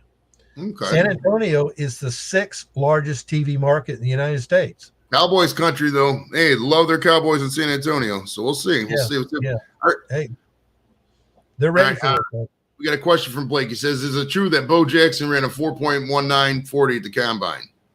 That's the rumor. Is he the same guy that used to race trains in Auburn or, in Southern Alabama? I don't know if he did that, but that's definitely the rumor. He was going to go to Alabama. He wanted to go to Alabama. He was an Alabama fan. But Bear Bryant didn't come to his house. The offensive coordinator did. And then Bo Jackson asked the offensive coordinator a question. He said, will I have the opportunity to start as a freshman? And he said, you'll play special teams. You'll do this. And no freshman starts until their junior year. The Auburn head coach showed up at his house, number one, instead of the assistant coach. Then Bo Jackson asked him the same question. And he said, son, if you deserve it and you're good enough, you can start your freshman year. I saw the question about the Canadian teams. The NFL has a working relationship with the CFL because they have considered moving Buffalo to Toronto. They played one home game there a year. And there's been talk about there being a team in Montreal. and maybe even in Vancouver. But the NFL has a working relationship with the CFL, and they don't cross the border there and put. Now they'll do. There's been a ton of preseason games. I saw an article where in the 1950s, the Canadian Football League paid more than the NFL, and Nice. and players were being stolen and bought all the time. But there won't be any NFL Canadian teams. Um, I liked it way back in the day when the Browns would play in Columbus in preseason, and then they would go and play in Louisville in preseason. Now that they make you buy as a season ticket holder 2 home games and they're in Cleveland, it used to be Portland would have a game, San Antonio, Orlando. They used to play everywhere. Virginia, up in Hartford, Connecticut, the Giants and the Patriots would play preseason games up there. Mobile, Alabama, Jackson, Mississippi, Little Rock, Arkansas. But now they don't do that. So, but the NFL had played a lot of preseason games, and I like that. But they're not. They're not. Do me a favor. Answer this question. Talk about the Patriots. I got to go take a leak real quick.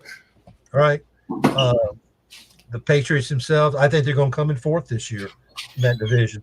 I think they'll have a positive record, though. I think they could go 9-7. They could even do 10 wins. Depends on what the Dolphins do. I think the Dolphins are a team that could be really, really good, or they could be really, really bad. They could have 6 wins, or they could have 12 wins. But that division is going to run through Buffalo. Who knows what the Jets are going to be? Garrett Wilson is a stud. I think he's a generational player, and he's not a diva. If you've been watching Hard Knocks, you kind of get an idea. But that team has a defensive coach, and they're going to live and die by that defense. But when they brought not only Aaron Rodgers in, but they brought in Lassard, they brought in Randall Cobb, then they had Garrett Wilson. They're going to be throwing the ball. Then they got, Breece Hall, who would have been the offensive rookie of the year last year. Last year before he got hurt. Then they signed Dalvin Cook. They got a good tight end. Their offensive line is above average. Becton really hasn't panned out. I'm glad we didn't draft him. But I think the Patriots are probably going to be a 9-7. I think every team in that division will have a winning record. I think everybody in the AFC West is going to be competitive there, but they won't have a winning record. I'm thinking that the AFC North will have a winning record with everybody. I think the Browns can go 9-7. 9-8, 10-7. They might even eke out an 11 win. It's all going to depend on Deshaun Watson. But the Patriots, I think they'll be good. But the problem with that is there's going to be at least 2, maybe even 3 teams that will go to the playoffs out of that division, and they're going to be the best division in football. Outstanding. All right. Let's see. That was good there. All right, let me get back to my thing. So sorry about that, man. Sometimes when I gotta go to the bathroom, I just up and I gotta go. All right. Yeah. All right, on to the Browns season this year. Now let's start with that defense. I think that's a huge upgrade, dude. I really do. I like the Browns defense. The signings just kept coming in hot. None of them was like we didn't get a JJ Watt or an Aaron Donald type in here, but they just kept coming in hot with the signings. Guys who were kind of borderline Pro Bowl and all that. Firstly, what does Jim Schwartz bring that the last regime completely lacked? And then go through the big free agent signs and trades. What do you think of all the different ones we have in the defense? Well, if you followed Schwartz as defensive coordinator of the Eagles, he was defensive coordinator of the Bills 1 year, and he was head coach of the Detroit Lions. Everywhere he's been, his defense has been stellar. With the Eagles, he was top 5 almost every year. Not every year, but most years. What he does, he's got three philosophies that he goes by. Number one, he expects his defensive line to be the pass rush. So he expects those 4 guys to be the pass rush. That means he rarely blitzes. Once in a while, they'll send a safety. Once in a while, they'll send a linebacker. But you're only going to have 4 guys rushing for the majority of the game. And saying that, he takes a defensive lineman and a defensive end and a defensive tackle. He makes superstars out of them. Well, we already got one superstar in Myles Garrett. We got a pending one in Dalvin Tomlinson, but could that other one be, say, Maurice Hurst? They just signed Shelby Harris. They got the young guy from Baylor, Pooh. So he takes two guys and makes superstars, and then they will produce 21 to 29 sacks a year just in those two guys. But he never blitzes. The second thing he requires his linebackers to be run support, run stoppage, but also they are the ones who covers the running backs and the tight ends, not the safeties, not the cornerbacks. That is their responsibility. Then he expects his cornerbacks to play man. You're not going to have a safety over the top when we play the Jet. If we were to play the Jets on Garrett Wilson, that's going to be Denzel, or it's going to be MJ Emerson's guy, or it's going to be Greg Newsom's guy all game. That is your guy, and you're not going to have a zone. You're not going to have a guy over the top. So those are the three things he requires. But the thing that I'm concerned about is this defense is the linebackers, I think, are just kind of average. Yeah. And I think part of that is the Browns are an analytics team. And analytics say you pay a stud defensive end, you pay a stud wide receiver, you pay the quarterback, you pay a stud cornerback, and that's it. You're playing Myles Garrett $7 million a year, but you're only playing the defensive tackle $3 million. You're playing Denzel Ward $27 million a year, but you're only playing the safety $4 million. And so that's what analytics say. That's why they dropped J.C. Tretter. It was fine when he was making $3-4 million, but the next year when he was going to make 10, the analytics say, no, you don't play a center $10 million. And he wouldn't restructure his contract, so they released him, and then he just stayed retired. So I'm concerned about the linebacker group. Look at all you've already got Jacob Phillips hurt already this year. He was hurt last year. Walker was hurt last year. JOK was hurt last year. Jordan was hurt last year. Jordan, the one that's got that funky last name that starts with Kunz. Yeah, that Polish looking last name. Yeah. He's great. He's a great special teams guy, by the way. But all those guys were hurt last year. So you had Tony Fields starting. You brought back Tay Davis. You brought back Jermaine, I forget, Jackson or Johnson. And then you brought in guys off the street that weren't even playing, that were waiting for a phone call. So if these guys are not durable, as long as JOK and Anthony Walker and Taki, he was another one that got hurt, as long as they're playing, I think we're doing okay, because all those guys are great in coverage. Taki is extremely good in coverage. I have a little concern about JOK. I think he's too light. I've seen a lot of film on him. I saw a lot of film last year because he got hurt. He gets pushed out of the way a lot. He gets pushed a lot. I think he's Tony kind of undersized for. I mean, he's listed as what? He's a kind of a tweener, but I mean, he's only like what, 210, 212, something like that. He's not really big to be playing linebacker. Yeah, if he was 215, 217, something like that. But he gets pushed out of the way a lot. I like Tony Fields a lot. I think Tony Fields is a great tackler. And what I like about Tony Fields is he makes up his mind, whether it's run or pass, and then he jumps on it and doesn't hesitate. If he thinks it's a run and he thinks it's going through a certain gap, he goes through it and he makes a lot of tackles. He had 42 tackles in the second half of the year. That was just half a year playing full time. But whereas before he was just on kickoff and punt coverage team. So I think the biggest thing though for the defense is they hired Ephraim Banda as the safety coach. You know, offense is always broken down groups into, offense into groups. You got a wide receivers coach, you got a tight end coach, you got a running back coach, you got a quarterback coach. Well, the defense has always just been defensive line, linebacker, corner, defensive backfield. Well, this year they broke the defensive backfield coach into cornerbacks and safeties. Well, Banda is an exceptional safety coach. He will make that group more aggressive. He will make that group where they're not quitters. You know, we've had problems with people pointing their fingers all the time. How many times you've seen somebody wide open and Grant Delpit's got his, you know, you, or he throws up his hands. That's not going to happen anymore. So I think that is significant that we've got now a cornerbacks coach and a safety coach. Okay. Over under at 15 sacks for Myles Garrett this year. Over. Okay. Definitely over. With Jim Schwartz, he could hit the 20s. He's definitely going to hit the 20s. No shit. Does Jim Schwartz blitz a lot more than Woods did, or what's the deal there? No, Jim Schwartz doesn't blitz at all. Okay. Hardly ever. Hardly ever. The first game, if you want to count, if you're just charting blitzes, you might have 4, maybe 5 the entire game. But the problem with Joe Woods, he played that 4-2-5. That was the problem with him. And see, the defensive line has to protect the linebackers.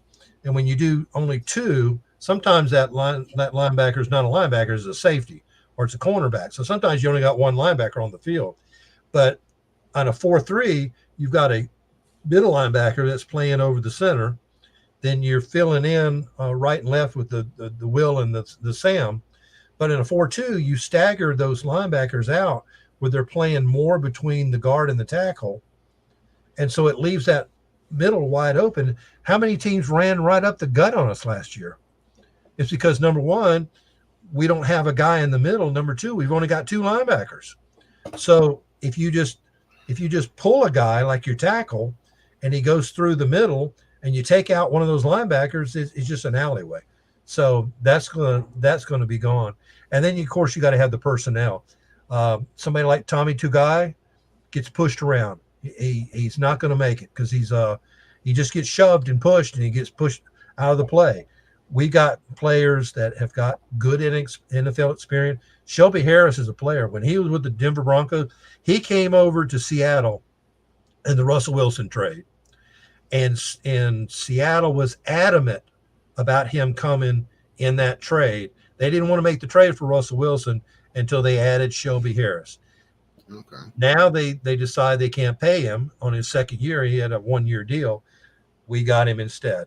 But he's going to be a player. So, you've got to be able to shuffle players coming in and out, keep fresh legs. And I think we're going to have I think they're going to keep about 9 defensive line players, probably 5 defensive ends and 4 defensive tackles. Okay. I really like the depth. I'm not gonna lie. I do like the depth on the line this year. Yeah, you made a good point about linebackers. I mean, hopefully the analytics is the depth of us. I mean, we got a lot of running style, or there's a lot more, run and shoot style offenses now. That's predominantly in the NFL. So maybe that'll work out. Who knows? That's a good question we got from Drew, though. Do you think the Browns will get another running back after the cuts? Well, it depends on who they keep. I'm concerned about Ford. I'm only concerned about Ford for one reason, and he's been hurt twice. And he's just in his second year. Great on kickoffs, but if he's going to be the backup to Nick Chubb, he's not going to be on kickoffs anymore. So he'll just be the backup guy, and he'll come in. He'll probably come in and get maybe 18% of snaps in a game, and Chubb will be out there the rest of the time. I am glad they're not going to the 2 platoon with Kareem Hunt and Nick Chubb. I didn't like that at all, unless you're going to put them back on the field at the same time, and they rarely were. But I'm on the fence about Felton. If Felton right now seems to be the running back 3. What Felton gives you is if you have all these injuries in the receiver room, he can play receiver. If you got your return man on kickoff or punts hurt, he did that in college. I've got a story up on Dawgs Nature right now on a position battle. Kick returner Kareem Grant, Jalen Darden, or Demetric Felton. And it states all their college numbers, all their NFL numbers. I think he's the running back 3. But once all the cuts come out, it would not surprise me if they cut him. And this is breaking. This just break. The Cowboys traded for Trey Lance for a 4th-round pick, according to Tom Pelissero of I think he's AP, something like that. So yeah. That's what do you think of that trade? Trey Lance for a 4th. That's kind of what I say earlier. It's 2nd or 3rd. and they said they probably could get a fifth. So that's about fair compensation for something like that. Yeah, you're right. And I said earlier that somebody is going to take him and be a developmental and think that they can make a starter out of it, because I don't think they're settled on Dak. I don't. If you play fantasy football, Dak is going to be the starter on somebody's team, but he's going to be a 6th, 7th rounder. You're going to get all these other quarterbacks first, and then you settle on Dak. It's like you're going to settle this year on Russell Wilson or on Daniel Jones or maybe even Deshaun Watson. I think Deshaun Watson is going to be sneaky. But I'm going to tell you something about Nick Chubb. I think he's got the if the Browns become a throwing team and not a running team, okay, that's only if, which all indications seem to say that they are. If they start putting out 4 wides every game and just putting a running back or a tight end and they switch those out, if they start throwing the ball a lot, because Deshaun Watson can throw it. He's had 4,000 yards or close to it his last 3 years in Houston. He made the Pro Bowl 3 years out of that. If the Browns start doing 4 wides, I think Nick Chubb can have almost as many receiving yards as he does rushing yards. Wow. I think he'll be used as a receiver, as a dink and dunk, as the last resort, going across the middle. If you've already got 4 guys going out and then he flips out in the middle, I don't think he's going to be close to 1,000 yards rushing. I don't think that's how he's going to be used. He has got great hands. They've never really used Chubb out of the backfield like that. I mean, he'll get a couple 100, 300 yards, receiving yards a year. So you're saying if we become a pass first team, that's gonna be a drastic change in the offense. Kind of like a couple of years ago with the Cowboys, and they threw all those yards, and Dak had over 5,000 yards. If that's the team that we're doing, and if that's how you envision it, I think that Chubb is going to be used more as a receiver than he is going to be a runner. Now, he'll still be a runner. Don't get me wrong. Well, speaking of the receivers, I was going to ask this, and Drew asked it too. Do you think we're going to trade DPJ or pay him, or what's the deal with him? Or do you think our receiver room is too crowded? I mean, that number 18 guy that I can't remember his name off the top of my head, but he's been killing the preseason. Do you think we keep him? Who do you – that's a good question. Who do you think we keep in the receiver room? Well, when the day of the draft, do you know how many receivers we had on the roster? 13. Okay. Holy crap. We had 13 receivers on the roster on draft day. And who do we select? Tennessee wide receiver Cedric Tillman. That made 14 receivers in the room. That shocked me. That absolutely shocked me that we took another receiver. So if you whittle all these guys down, which they've let some guys go like Stevenson and Mike Harley looks like he's not going to make it. But if we whittle some of these guys down, traditionally in the Barry Stefanski era, they've kept either 5 or 6 receivers. Last year, they only kept 5. The year before, they kept 6. In 2020, they only kept 5. So if you use that as a parameter, how many are they going to actually keep? Well, let's go down the list. You know what locks is going to be Amari Cooper, the rookie Tillman, DPJ. That's 3. And then the 4th one would have to be Moore, right? I've already said Amari. Elijah Moore? Elijah Moore would be the 4th, right? Yeah, Elijah Moore. So there's your 4 that are locks. Okay. Let's say that they keep 6. Okay. They got in Bubba Ventrone to be the special teams coach this year. He has been top 10. He was with the Colts 5 years. 4 out of the 5 years, his teams were top 10. 2 times they were top 5. The common denominator of all those teams is he had a burner as a return guy. DPJ is not a burner at punt return. Jerome Ford, Demetric Feldman's not a burner. If you watch tape of Jakeem Grant and see what he has done when he was with the Bears, he is a burner. He's got 4.38 speed. He's a burner and he's shifty. So they're going to keep a return guy, either Darden, Felton, or Grant. So if you add Grant to that, there's 5. Well, look who's left. Austin Watkins, who's been burning up preseason, right? David Bell. David Bell was third rounder last year. Schwartz was a third rounder the year before. That's wild. David Bell was the Big Ten receiver of the year his senior year. He was all first Big Ten his last 2 years as a junior and as a senior. We barely threw to him. He would have 2 targets and 2 catches for 18 yards, and that would be it.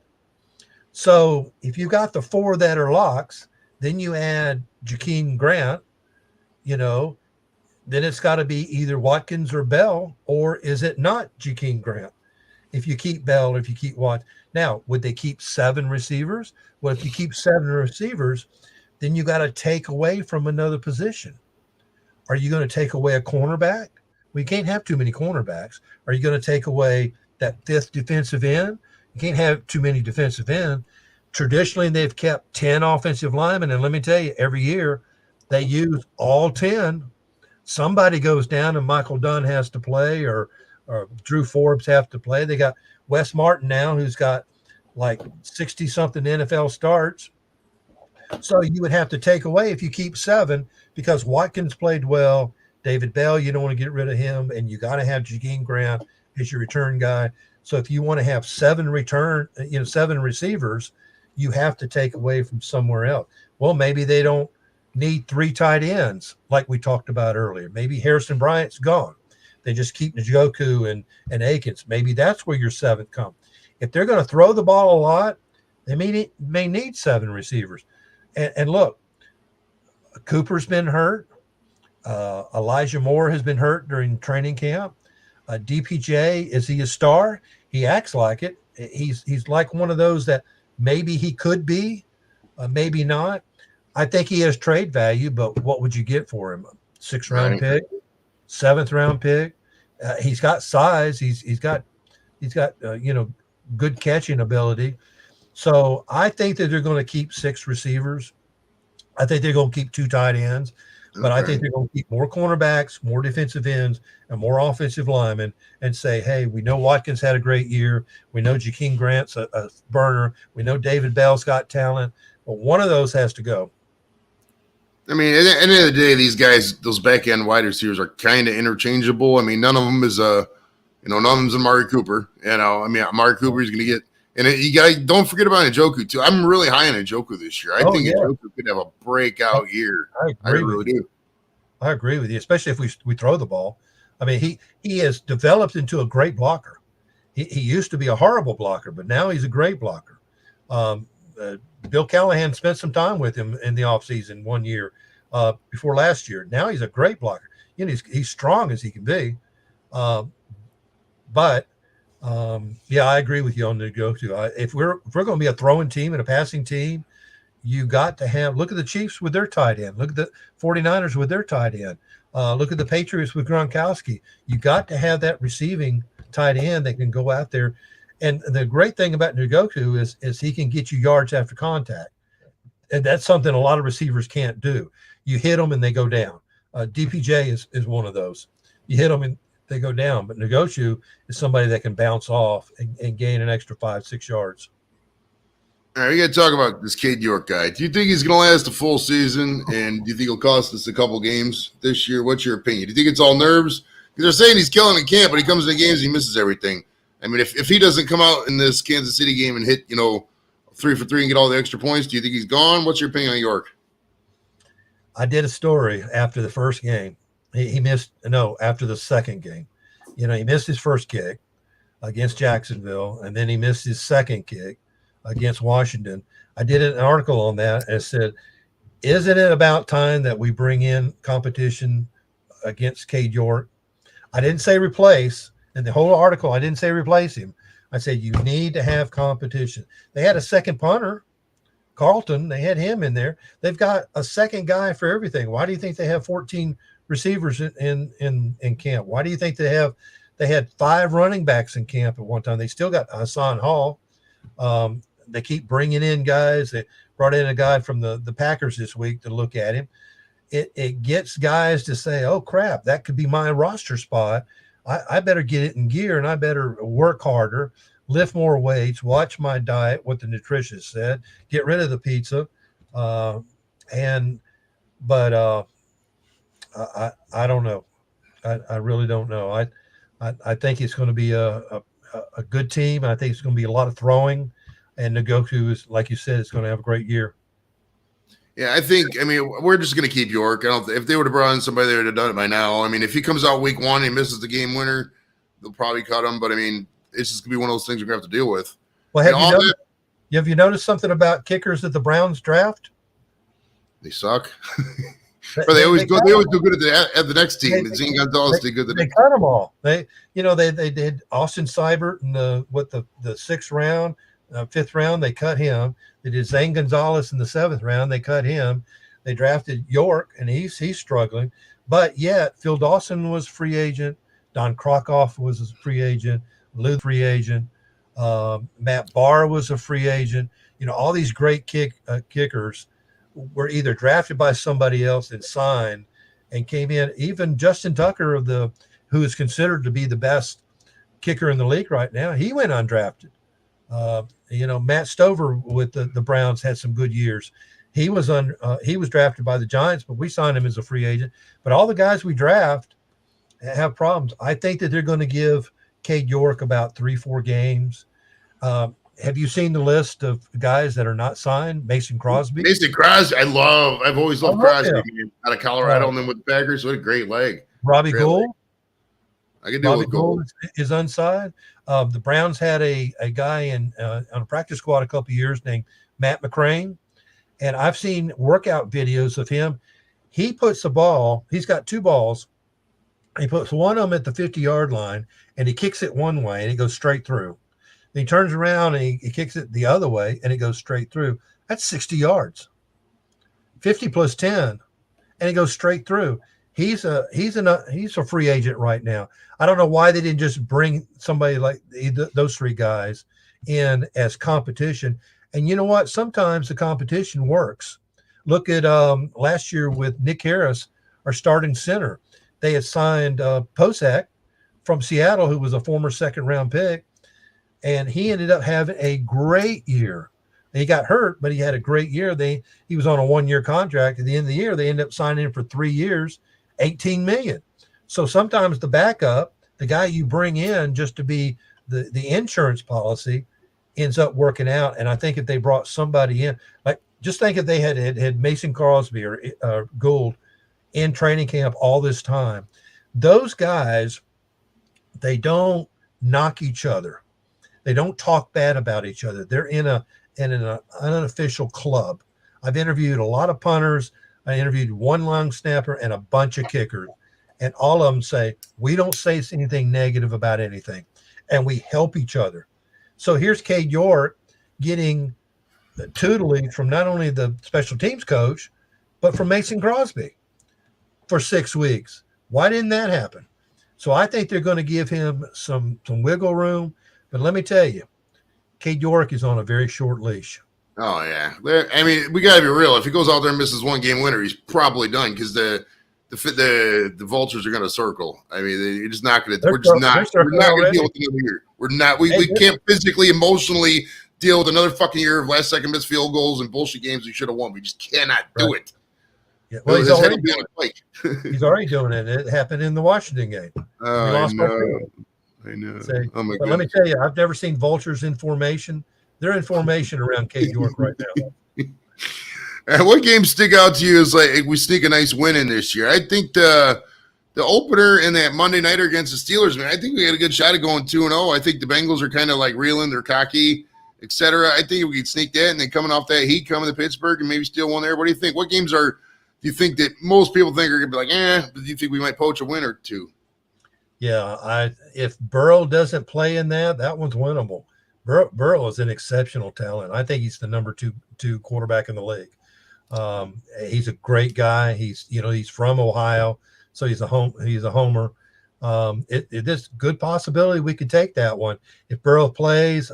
I don't think we're gonna. I don't know. We play well against Cincinnati one game a year and beat them. Then we play horrible another game, and it doesn't matter if it's home or away. So I think if we split Cincinnati, if we split Pittsburgh, and if for some reason we can split against Baltimore, I think we're in good shape in the division. But if we get swept by Cincinnati or get swept by Baltimore, it's going to be hard to dig out of that hole right there. So instead of winning 10, 11 games, we might be looking at trying to say, well, let's get a 9-8 season. Stefanski went 11-5 his first season. Then they won 8 games. Then they won 7 games. So it's the exact opposite of what usually happens. Usually what happens is they win 4, 5, 6 games. Then it's a progression. But we're going in the opposite direction. And if Stefanski wins, if he doesn't make the playoffs, I think the end is here for him. Now, Barry is a complete opposite. Barry's a genius. With the Ravens, they had Ozzie, and Oz we trust. Barry does. He thinks about long term. When he got rid of Josh Dobbs, which let me tell you, there was not a line for Josh Dobbs to sign in the offseason. We were the only phone call. So for us to get a 5th round pick out of him is like gold to me. So we got a 5th round pick out of something that nobody else wanted. And, he's always looking for that. Like Za'Darius Smith. The Vikings wanted him. They needed him. They love him. They were in salary cap hell. So they worked out a trade for him, and it ends up being for our benefit. They want him. He is a talent. To have him and Garrett, as bookends, all the great teams like the Giants of the 80s and the Bears of the 80s and the Bears in 1947 only gave up 13 points all year. Those great defenses win championships. And if those front four can put the pressure on where people got to hurry their throw and hurry their progressions and make decisions on the fly, then we're going to have a good year. All that being said, what do you think the record is going to be this year? 10-7. 10-7. I was on because the over-under is 9.5. Vegas usually doesn't lie. And I mean, obviously a thing here, 2 or there, field goal here, field goal there, how it is in Cleveland. I'm thinking 11-6 might be winning, might be good. And I'm thinking positively. I was not really going to predict the record. It really wasn't, but I was like, fuck it. You know what? I got to get positive at some point. Because if not, I want to go whole season like, oh, we'll see. And they're winning before my face. You know what I mean? So I'm thinking, good term. 11-6. I think we can take the division this year. I do. I think the division's going to batter. The AFC North is the toughest division of football. I think this year there's going to be a lot of battered, pounded out games, and I think our defense is going to be a big factor in that. Mm-hmm. I think we'll probably go 4-2 against the division. We'll sweep one of them. I don't know which one. Will probably be Pittsburgh, I think, which would be nice if we can go into fucking Monday night and just wallop Pittsburgh. God, that would be awesome, man. Oh, that'd be amazing. Yeah. I don't think Pittsburgh's going to be as good as everybody says they are. Yeah, and I mean, people are sold on that pick. We'll see. All right, do you think Deshaun will be the QB in 2030? Ooh. So is that when his contract runs out? Just say he's still playing football and he's doing that. Basically, will he be good and keep playing, with the Browns till then? In 2030? Mm-hmm. Huh. I don't see that happening. I think once his contract runs out, I think by then it looks like DTR is the quarterback of the future. Okay. It would not shock me if after next Tuesday when the cut down, if they bring in a QB3. Oh, really? Okay. It would not shock me that they bring in somebody from somebody's cut list. They bring in somebody there's a lot of guys out there that they could bring in now. Matt Ryan's not signed. Nick Foles, Carson Wentz. So there's plenty of responsibility of opportunity. Do you know about the 3rd quarterback rule this year? Yeah, can't they keep an extra one on the practice squad and come out if they get hurt, something like that? So you dress and you have active 48 players in a game, and all the rest on your roster, the 53-man roster, are inactive. And you have to choose which is your inactive. Well, you can have a 3rd quarterback dress on game day and not count towards the 48. But the only time he can come in is if the starter and the backup get hurt. And then there's another rule behind that is if the 3rd quarterback is playing and then either one of the first 2 can re-enter the game, then the third quarterback has to come out and the other guy has to come in. And of course, all the doctors are not team doctors; they're NFL approved doctors, so they work for the league and not the team. Now, here's a little bit about that three quarterback rule: is what if on cut down day, let's say that they want to keep Mond and they want to keep three quarterbacks. What if they just keep Watson and DTR and cut Mond with the idea that they would put him on the practice squad and make him the third quarterback? They could do that. Or they could sign one of these veterans, put them on the practice squad. Because, this practice squad, it used to be 10 players, and any team can poach any player on any team, any day, any week. So if you need a tight end, there's one on the Bengals, you do it, but you have to go from practice squad to 53-man roster.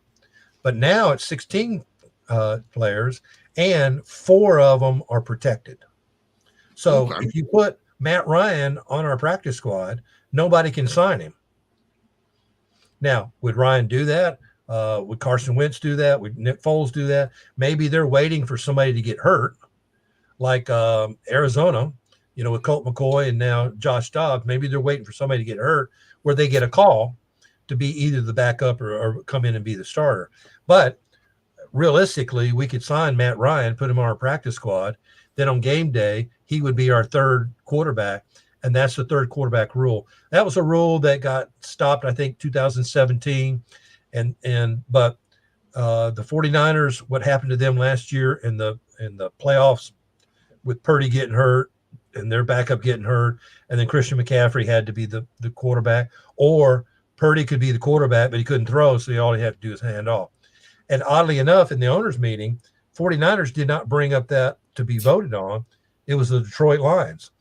I don't know why, but so they brought back, they suspended that rule, I think, in 2011, but they brought it back for this year that you could have a third quarterback on game day and not be one of your active players. Okay. Random question from Dorito. Cheerios or Lucky Charms? Definitely Lucky Charms. Now, I love those honey nut Cheerios, and those apple cinnamon are good. But let me tell you, when I was a kid, Cheerios came out. Okay. When I was a kid, there was like 7 cereals, and none of them were sweet at all. You had like shredded wheat. Okay. You had like corn flakes. You had Rice Krispies. You had nothing that was sweet. But then when Lucky Charms came out, the bad part, the brown part, was sweet, but there was only like 5 marshmallows in the whole box. And then you come home from school and my sister had eaten all the marshmallows out. Love it. All right. That being said, who do you think wins the Super Bowl this year? Kansas City's got to be the odds-on favorite. I think if Burrow gets well, I think it's going to be Cincinnati and Kansas City. Burrow has Kansas City's number. Burrow knows how to beat the Chiefs. But I think that'll be the AFC Championship game. And the NFC Championship game, I'm going to have to pick the 49ers. And I'm not sure if it's going to be the Eagles or not. I think most people would say the Eagles. I think there's going to be somebody that we're not talking about that could come in. But I think the teams that are going to be to watch this year are definitely going to be the Jets. It's going to be the Lions in the NFC. And you're going to have to pay attention to Jacksonville. I think Jacksonville could put up 11, 12 wins. They're finally getting – well, look at that division. Tennessee, Houston, Indianapolis. I mean, there's nobody – and you're going to play those guys. There's 6 games right there. So if you eke out 5 wins, it's easy to say that they could do 11, 12 games. Yeah, that's a good point. So anyway, right. I'm not going to say who's going to win it, but I will say those are going to be my teams that are going to be in the championship games. I feel you. All right, before we get out of here, do you have a podcast of your own? And describe Dawgs by Nature and what you do on a daily basis. I do not have a podcast. I just let you do all the work and all the expense, and I come on at no expense to me. But Dawgs by Nature is DAWGS by nature.com. It's part of SB Nation. SB Nation has a fan site for just about every team. So if you like the Toronto Raptors, there is a site for that. And then every day there are articles about it. And it used to be last year, I would put up an article and it would last a couple of days, but now it's like a daily paper where it's up one day and then it gets shuffled down. You can still filter down and scroll down and see articles, but I do about 4 articles a week, sometimes 3. I do a lot of, I got one coming up with, I do a lot of former Browns interviews. I just did one on Leroy Horde, just did one on Joe Thomas. We had Leroy Horde on the show way back when. It was he's a great guy. Hell of a nice guy. He's a talker. That Leroy Horde's a talker. Yeah. It's all good stuff. It's all good. It's all good stuff. But he'll be on for a couple hours. He's a good guy. And I have sought out and done 3 interviews with super fans. I've done Pumpkinhead. I've done Macho Fan, and I just did the Bone Lady. I found all these people. I'm still looking for Captain Cleveland, and I'm still looking for Big Dog John Thompson. I'd love to do an interview with them, even though they aren't active in their super fan. I'd still like to talk about old stuff. And I just did an interview with Felix Wright. I got an interview coming up with Anthony Pleasant, and I just I think on September 2nd, I got one coming up on Anthony Kitchens. But I like to take stories that you may not think about, like is this Wes, is Wes Martin going to be one of the starters? Is Michael Dunn going to come through? Who's going to be the starting safety? Who's going to be the 4th safety this year? Is it going to be D'Anthony Bell? Is it going to be Ronnie Hickman? You look at it and say, well, I got 3 interceptions, Ronnie Hickman, in the preseason. One was overthrown. The other one was thrown wild, and the other one he picked off. I think Anthony Bell is a great hitter, but it's dogsbynature.com. And we have, I think, 5 regular writers, and then we have a couple that are kind of contributing. Good stuff. Yeah, you'll see his articles on, like, if you Google News and stuff, it'll drop down in your feed and stuff like that. It's the kind of nature of what he does. Thanks much, love, Barry, for coming out. Appreciate it. It was an honor. You weren't lying when you said your Browns knowledge was there. You know more about the Browns than I do, and I've been rooting for him for my entire life. So that's appreciated. And no script. Exactly. We did this all off the thing. I only had to take 1 emergency pre-break. You went the whole time, 2 hours and 11 minutes, and you popped it. Yeah, so thank you. And we'll next Friday, I don't have a time yet, but Aditi Kabwala is going to be on the show. So be sure to check that out. I'm thinking it's going to be 2:00 p.m. on Friday. So next Friday, check that out. All right, we'll see you guys later. Good show. Listen, thank you for having me. All right, we'll take it easy, Barry.